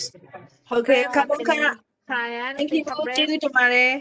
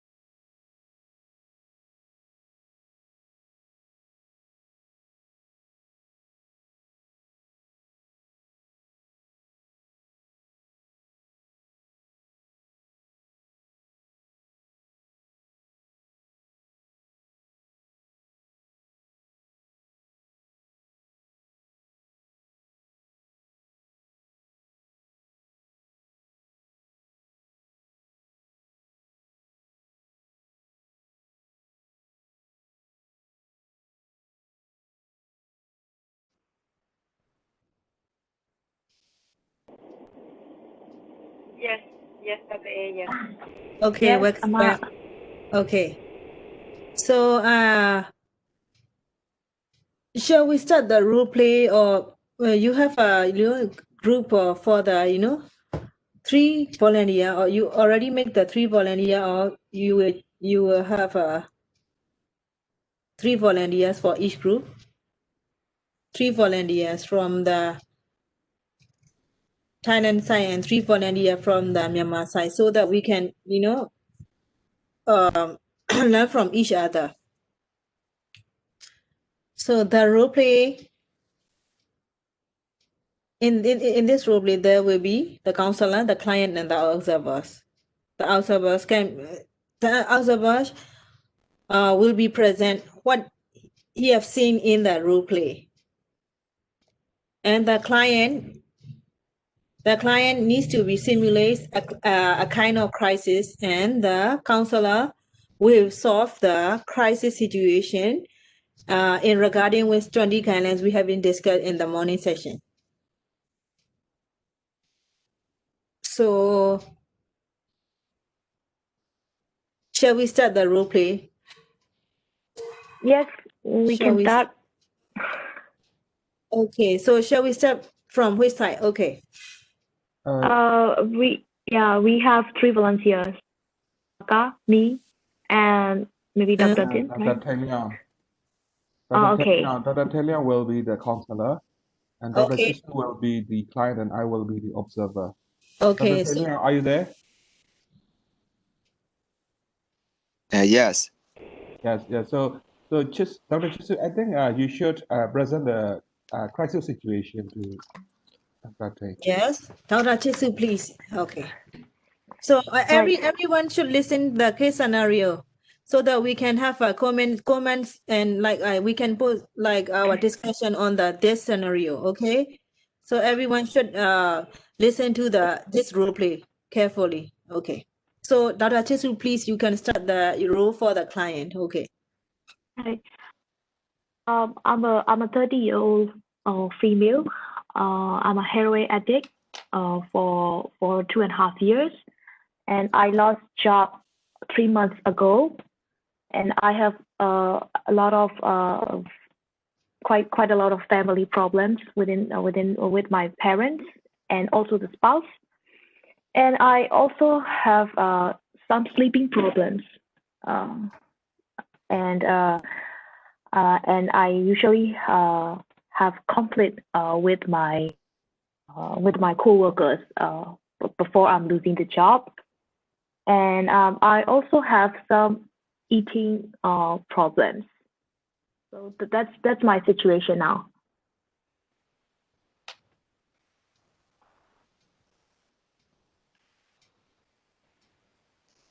So counselor, do you get the point from Yes. the client? Okay. Okay.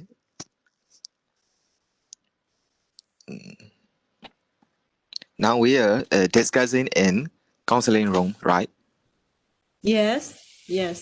Okay. So the real role play should be face-to-face meeting. Okay, but we cannot have it this time. Okay. I think you should switch on the camera. Yeah. Start The video, because counselor, the client, and the client should on the camera. Okay, wait. So that,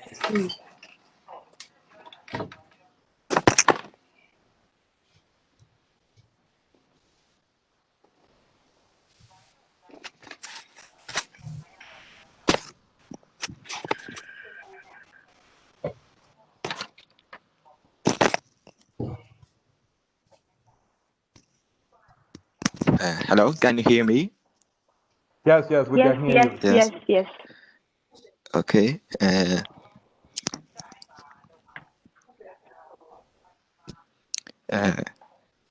Good afternoon, Ms. Chisu. Good afternoon, Dr. Tay. Why do you come here? Because I want to stay clean from the drugs, and I have some problems, actually a lot of problems with my family. So I want to gain a good relation. I want to gain back good relationship with my family, my parents, my spouse. So the main thing is I have to stay clean from the heroin. Okay. Your goals are to stop using heroin, to get your job back, and to build yes. relationship with your parents and spouse. Right. Okay. Right. Which is the most important problem for you now? The most important problem is the heroin, because I assume that it is the root cause of all of my current situation. Okay. Are you now still feeling aggression or something, suicidal ideation? Like to commit suicide? Are you thinking about commit suicide?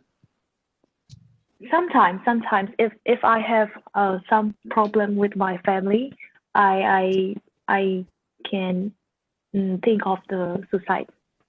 Can think of suicide. Okay. Have you ever been committed suicide in your past? No, Try to but commit. I'm not trying. But when I see some bridge, I can think of like I'm jump from that bridge, but not the attempt, not like trying, but I can think. Okay. You're married, right? Yes. Is there any domestic violence in your relationship? Not with this relationship, but previous relationship, he did a lot of beating, slapping. Yeah, this is maybe it is not with this partner. It's a previous partner, my previous boyfriend. Okay. How about you? Are you thinking about hitting or beating someone else?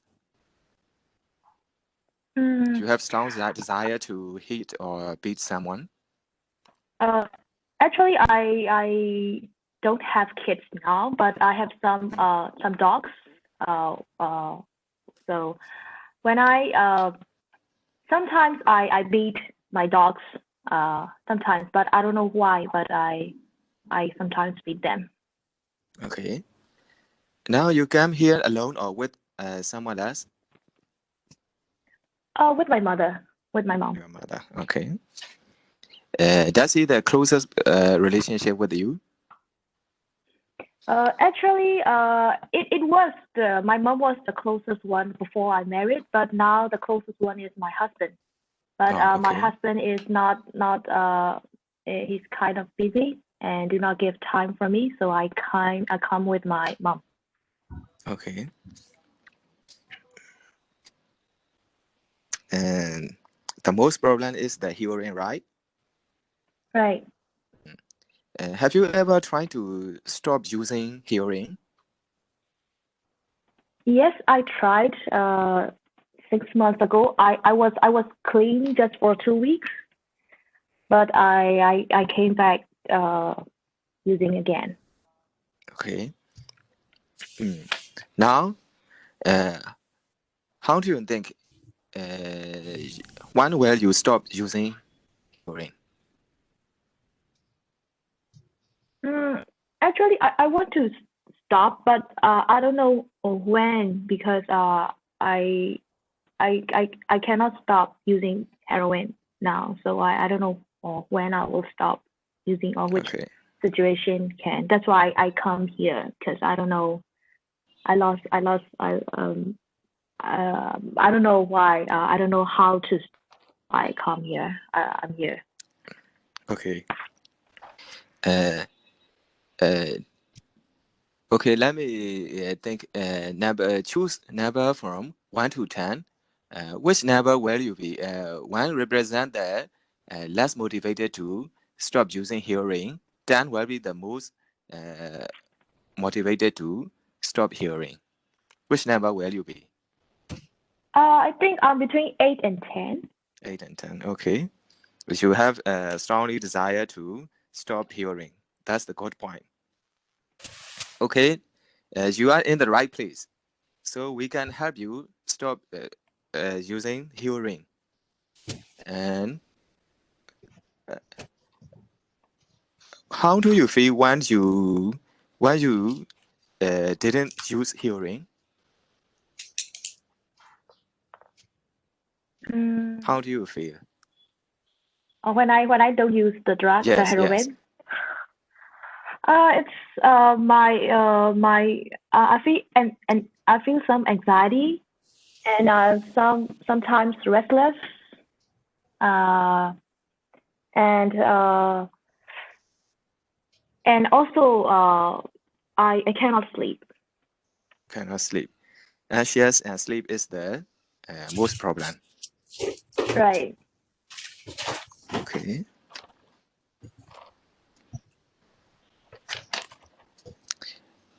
And using the substance like heroin for the long duration, it can cause the withdrawal symptoms, like you said, anxiety, depression, restlessness, short-tempered, sleeplessness, like that. This is called withdrawal symptom. You may need to be need medications or hospitalized. If it is necessary, are you ready to be hospitalized? Yes. Actually, I'm ready to do anything that will stop my drug use. Okay. If you want to stop the hearing, use of hearing, you may need to hospitalize for a week or about 2 weeks. Then you have to consult with the addiction professional. The drug problems will be solved easily because you are highly motivated to stop using. I think recently, what problems are you facing with that you can't encounter or you can't solve? The most difficult problem for you right now? The most problem is I cannot think of stop using drugs, and when I try to stop thinking about drugs, I cannot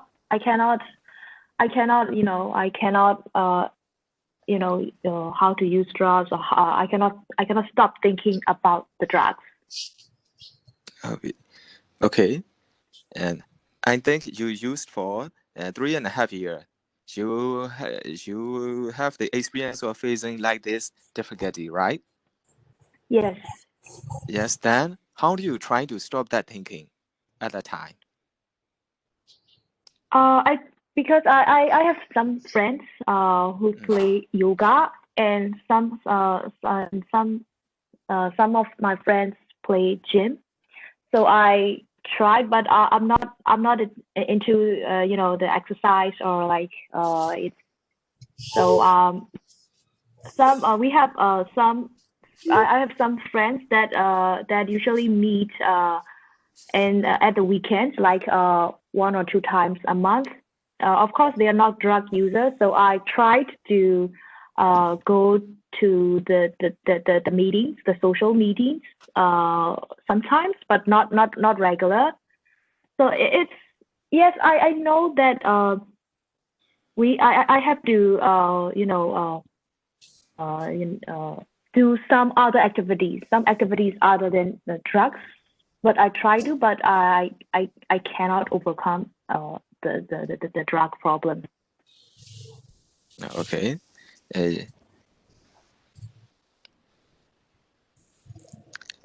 To change the thinking, you meet with a friend who do not use drugs, right? Yes, actually, I have friends who use drugs too. So that's why I try to, I try to make more. I try to use more time with the friends that who do not use drugs. But I also made the friends who use drugs. Like drug using friends because Okay. we went some Friday night.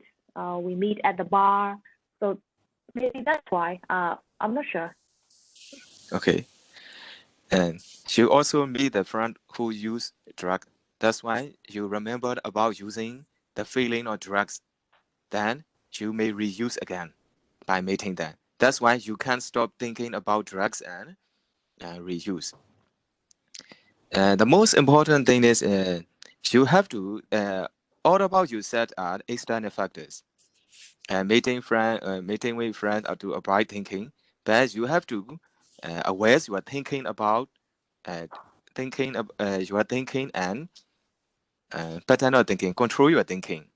So you have to do some mental exercise to aware your thinking and desire, how to solve it. You only focus on external factors, but you also need to focus on your thinking and desire to get awareness when you are thinking about drugs. I see, doctor. Okay. Okay. I think there is maybe 2 more minutes is enough for the discussion because we need for the other group the Okay. dynamic. But I think this is not a crisis. Okay, I- let's see what the observer, Okay.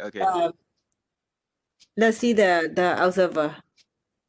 I Okay, think okay. if the Okay. I think the crisis in the scenario is the patients, the clients,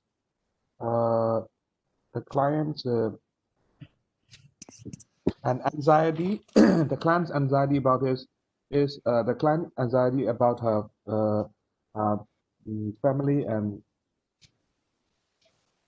I think it's not a crisis situation, but what would be the crisis here? So any other comments from the groups? Any other comments from the group? But so any other comments from both side? So I want to hear like comments because I want to make sure that you are listening the case scenario or the role play. Comments. Please open your like a video and please share your comments and your discussion. Otherwise, we cannot see you. Actually, she lost job. She lost Yes, job. this is a crisis. And then Yes. she's talking about that she wants to jump out from the bridge because she has a suicidal ideation. Yes. I had. This is the crisis in this case. In this case, but the counselor didn't go very deep to the suicidal ideation. Yeah. Okay. Because you should go the very deep detail to the suicidal ideation about her because not other the thing like you are asking about very good. You are asking about the readiness ruler, using the readiness ruler, but I think it's a long term goal for her because of the recovery because. But you are not very asking very detail about the suicidal ideation. The job loss and suicidal ideation is the crisis for her in this case scenario. So Yes. Dr. Aga, also did you observe that the same with me, or Yes. you have different ideas? Yes, the counselor didn't go into details about the suicidal ideation, and also Yes. he didn't discuss the short-term goals with the client. I think Yeah. short-term goals. It's very good that he asking for the long term, sober for the recovery role. But at this role play, we are practicing for the Crisis. crisis. So we need to emphasize what would be crisis for the client in the in this role play.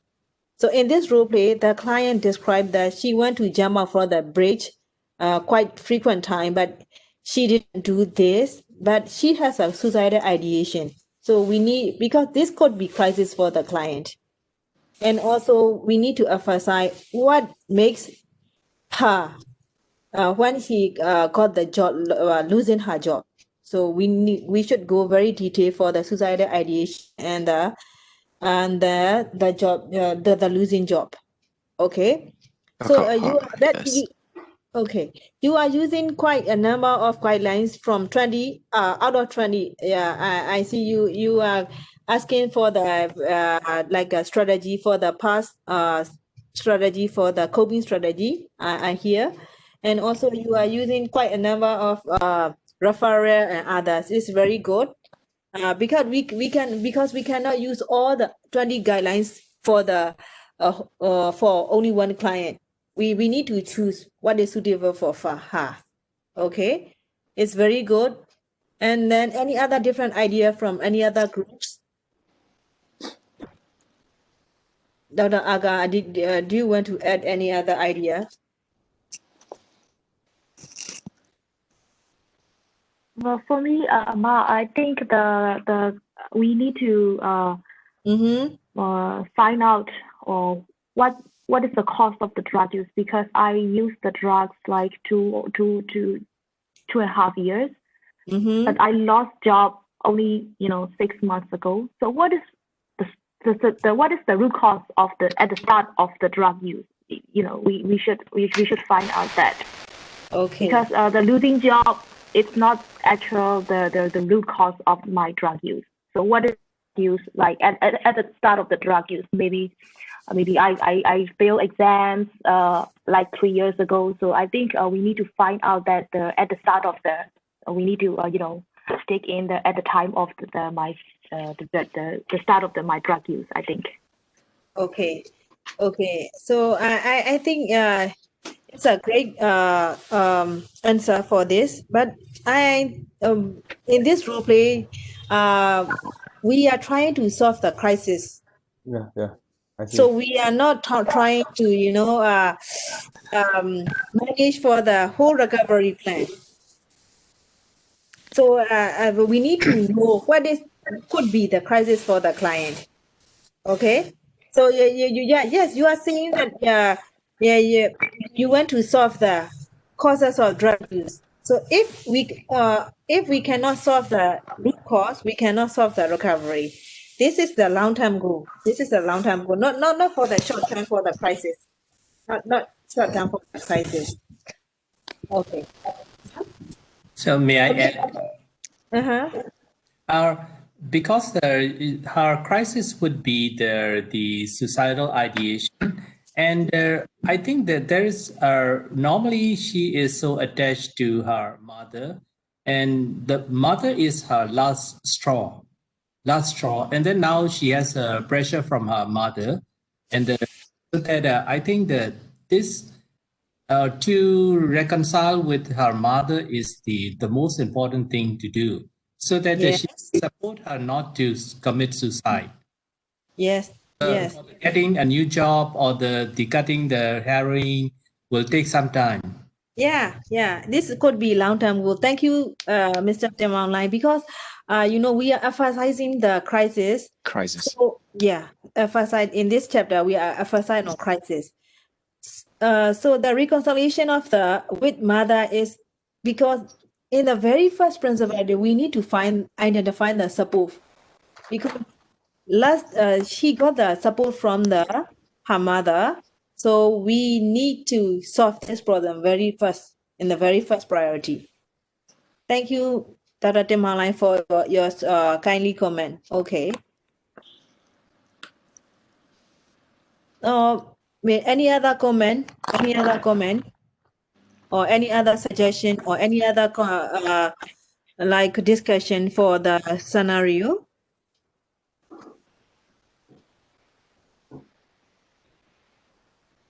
If we have we don't have, shall we move to the next group? Shall we move to the next group for the sake of time? Yeah. Okay, so next group, please start your role play so that please share your video so that everyone can see you.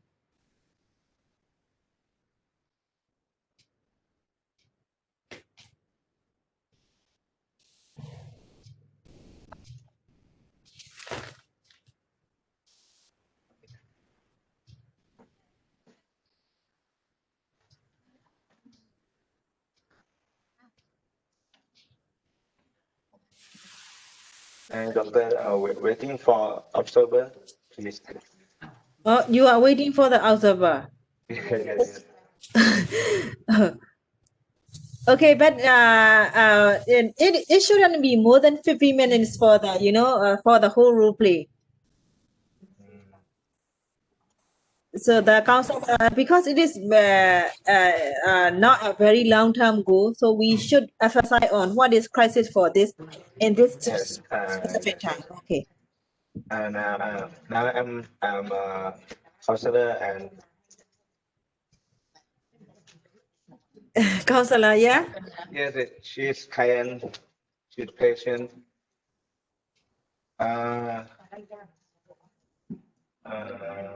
So patient will present the crisis. Okay.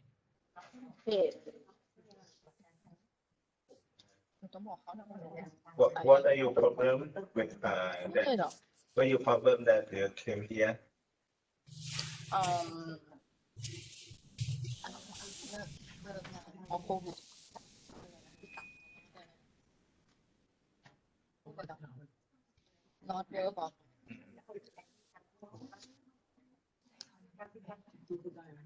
Please you use your microphone quite a little bit louder so that everyone can hear you.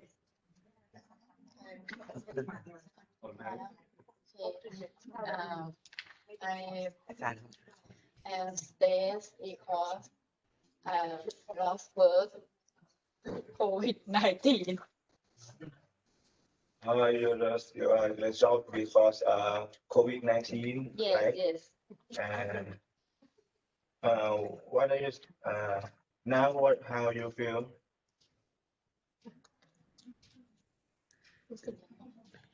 I'm so sad. I feel so sad. So sad. Can you explain a lot? Can you explain about that? You mean so sad? เจ็บทำไมถึงจะปวดอ่ะเศร้ายังไงหรออธิบายยังไงอ่ะมันเครียดอ่ะ ตอนแรกมันก็เตรียมตัวไง because so sad stress อ่ะ stress you know How do you coping about that? Your problem that you feel so sad, like to stay. How do you coping? talk about my pain อ่ะ And any coping? Answer coping. เอาอะไรดีอ๋อ talk about dog มันไงสองวันแล้วเนี่ย กับหมาบ้าง ก็มีสุดอะไรนะ ฆ่าตัวตายอ่ะ มีบ้าง เตรียมของเอกวันนี้ มีบ้างพูดหน่อย Do you have any suicide idea? sometimes Can you coping about suicide idea?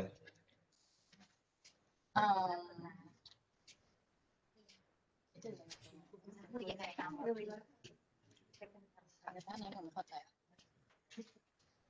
จัดการความรู้สึกอะไรกันครับคิดยังไง Sometime watching TV series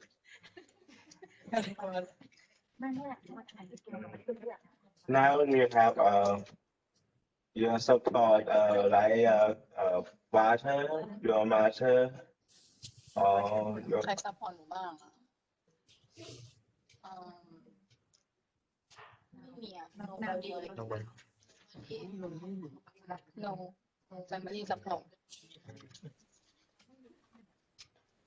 and now do you have your family, your house? Do you still have a family? สองไม่มีนะ no ได้บอกว่ามีไง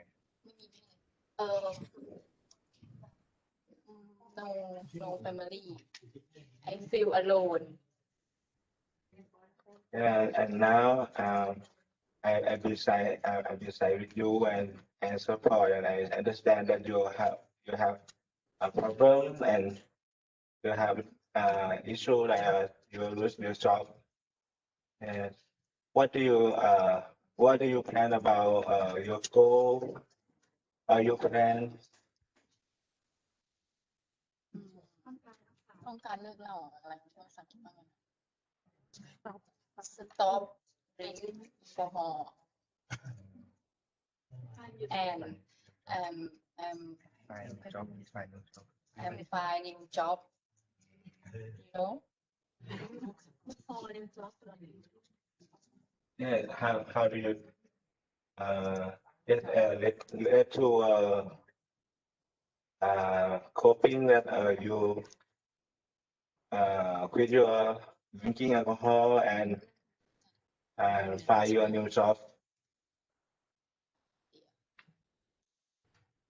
ถ้าหนูบอกว่า I don't know ฉันไม่รู้แล้วกันไม่รู้จักการตัวเองยังไงเห็นไหม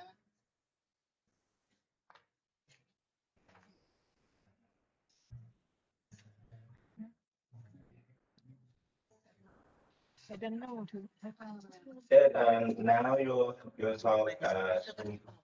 you talk to me about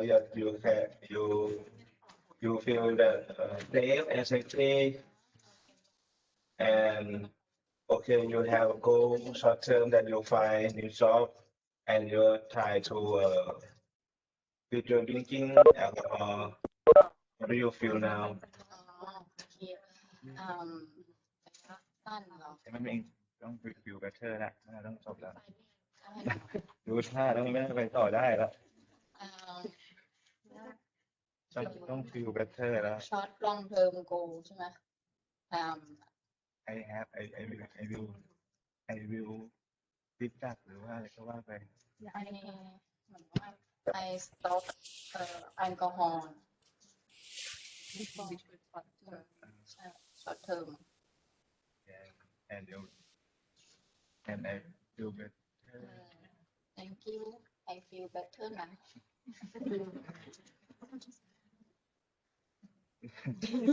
yeah Okay, so the observer, what did you observe from this role play? So observer, what did you observe? And then we can discuss, okay? What is the observer? Okay, you want me to follow the 20 guidelines? Or just what I see is this like he trying to ask her what brought her here today to the clinic. And, Okay. Mm-hmm. Regarding like so her problem is like she has stress and anxiety. She losing her job and then she drinks alcohol. And the counselor asked about the short-term goals. It's the word from the client saying that she would like to stop drinking and find a new job. But I'm not sure if finding a new job could be a short-term goal because like might be difficult during the coronavirus pandemic time like this. Mm-hmm. This is part of my question as an observer. And he also like asked for the support. Like she has parents, but the parents did not support anything to her. So she has a dog, only her dog that can support her. Yeah. And now she asked about the risk of harming herself. She said she has a suicidal harming thought, the suicidal the suicidal idea of harming herself. And or like they meet in the clinic, so they make face to face, and I think the counselor are listening without passing any judgment. And but I'm not sure he really asked much about the context. Okay. And then I also heard the client describe her feeling that she is very sad. She is very sad. Very sad. Yeah. And so, but and coping strategies that she used is I'm not sure if besides playing with her dog would be something else or not. Yeah, but she didn't describe that she went to commit a suicide. Just she said she is sad. So if the client describe her emotion more intense than this, she is very sad and she wants to sometimes harm himself.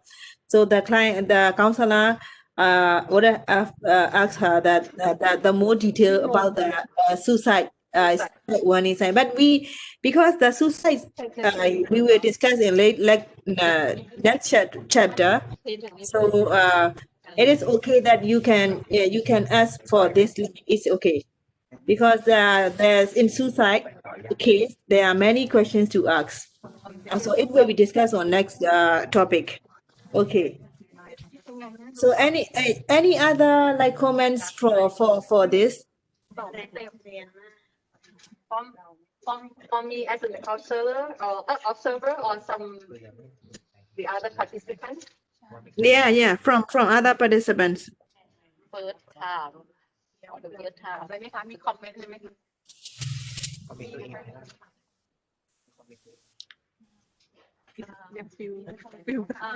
Not for the Thai group. I think the Myanmar group might have some questions or comments. Yeah. From Myanmar participants, please share your comments and your discussion regarding this role play. ไม่ได้แบ็คกราวด์ทำอะไรก็คืออะไรพี่ต้องถามให้ชัดหน่อยว่าข้อมูลเธอเป็นคอนซัลเลอร์เขาก็บอกอยู่จริงๆต้องผ่านเดี๋ยววันนี้อ๋อเหรอฉันไม่ได้บอกอายุฉันเลยไม่ได้บอกแบ็คกราวด์ ฉันต้องแนะนำแต่ที่สงสัยแล้ว Any comments? Otherwise, I need to hand over for the next topic lecturer because you will learn more about the suicide for the next lecture. There are many details. Yeah.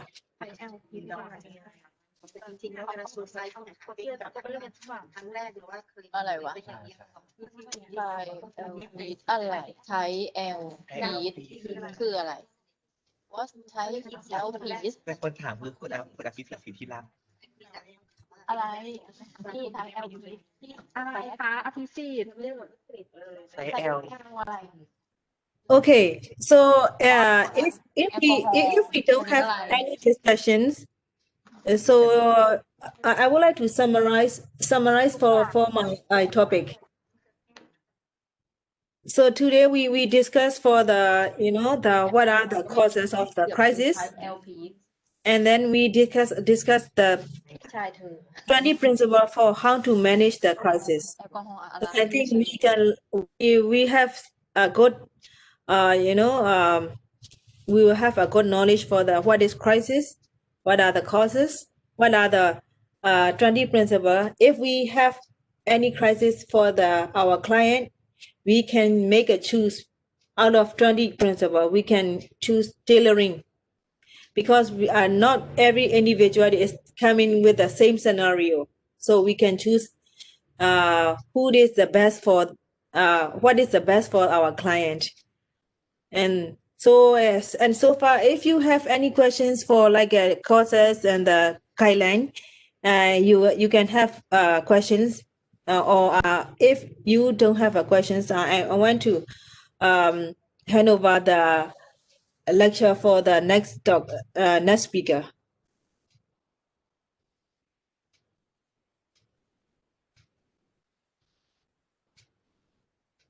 We are clear. Thank you so much for your lecture. Okay. So I think we will meet tomorrow for the like maybe conclusion or something. Okay. So we will. I want to call upon the next speaker for the maybe the what are the module 5. Module 5 is, I think, suicide risks. Yeah, sorry, module 4. Yes, Anything that's suicide risk. Okay. no, that's why. I think the next speaker is suicide for next module, right? Yeah, suicide. Yeah, All right. Carrie Hopkins, right? suicide. Carrie? Yeah. I think, yeah. Carrie, are you here? Carrie? Hi, Carrie. Are you here? No. Okay, I think we should take a break. Oh yeah. If didn't have any question for Dr. A. If you have any question for Dr. A, maybe tomorrow she will rap again at the closing ceremony. Thank you. Great. Good job. Yeah. Good.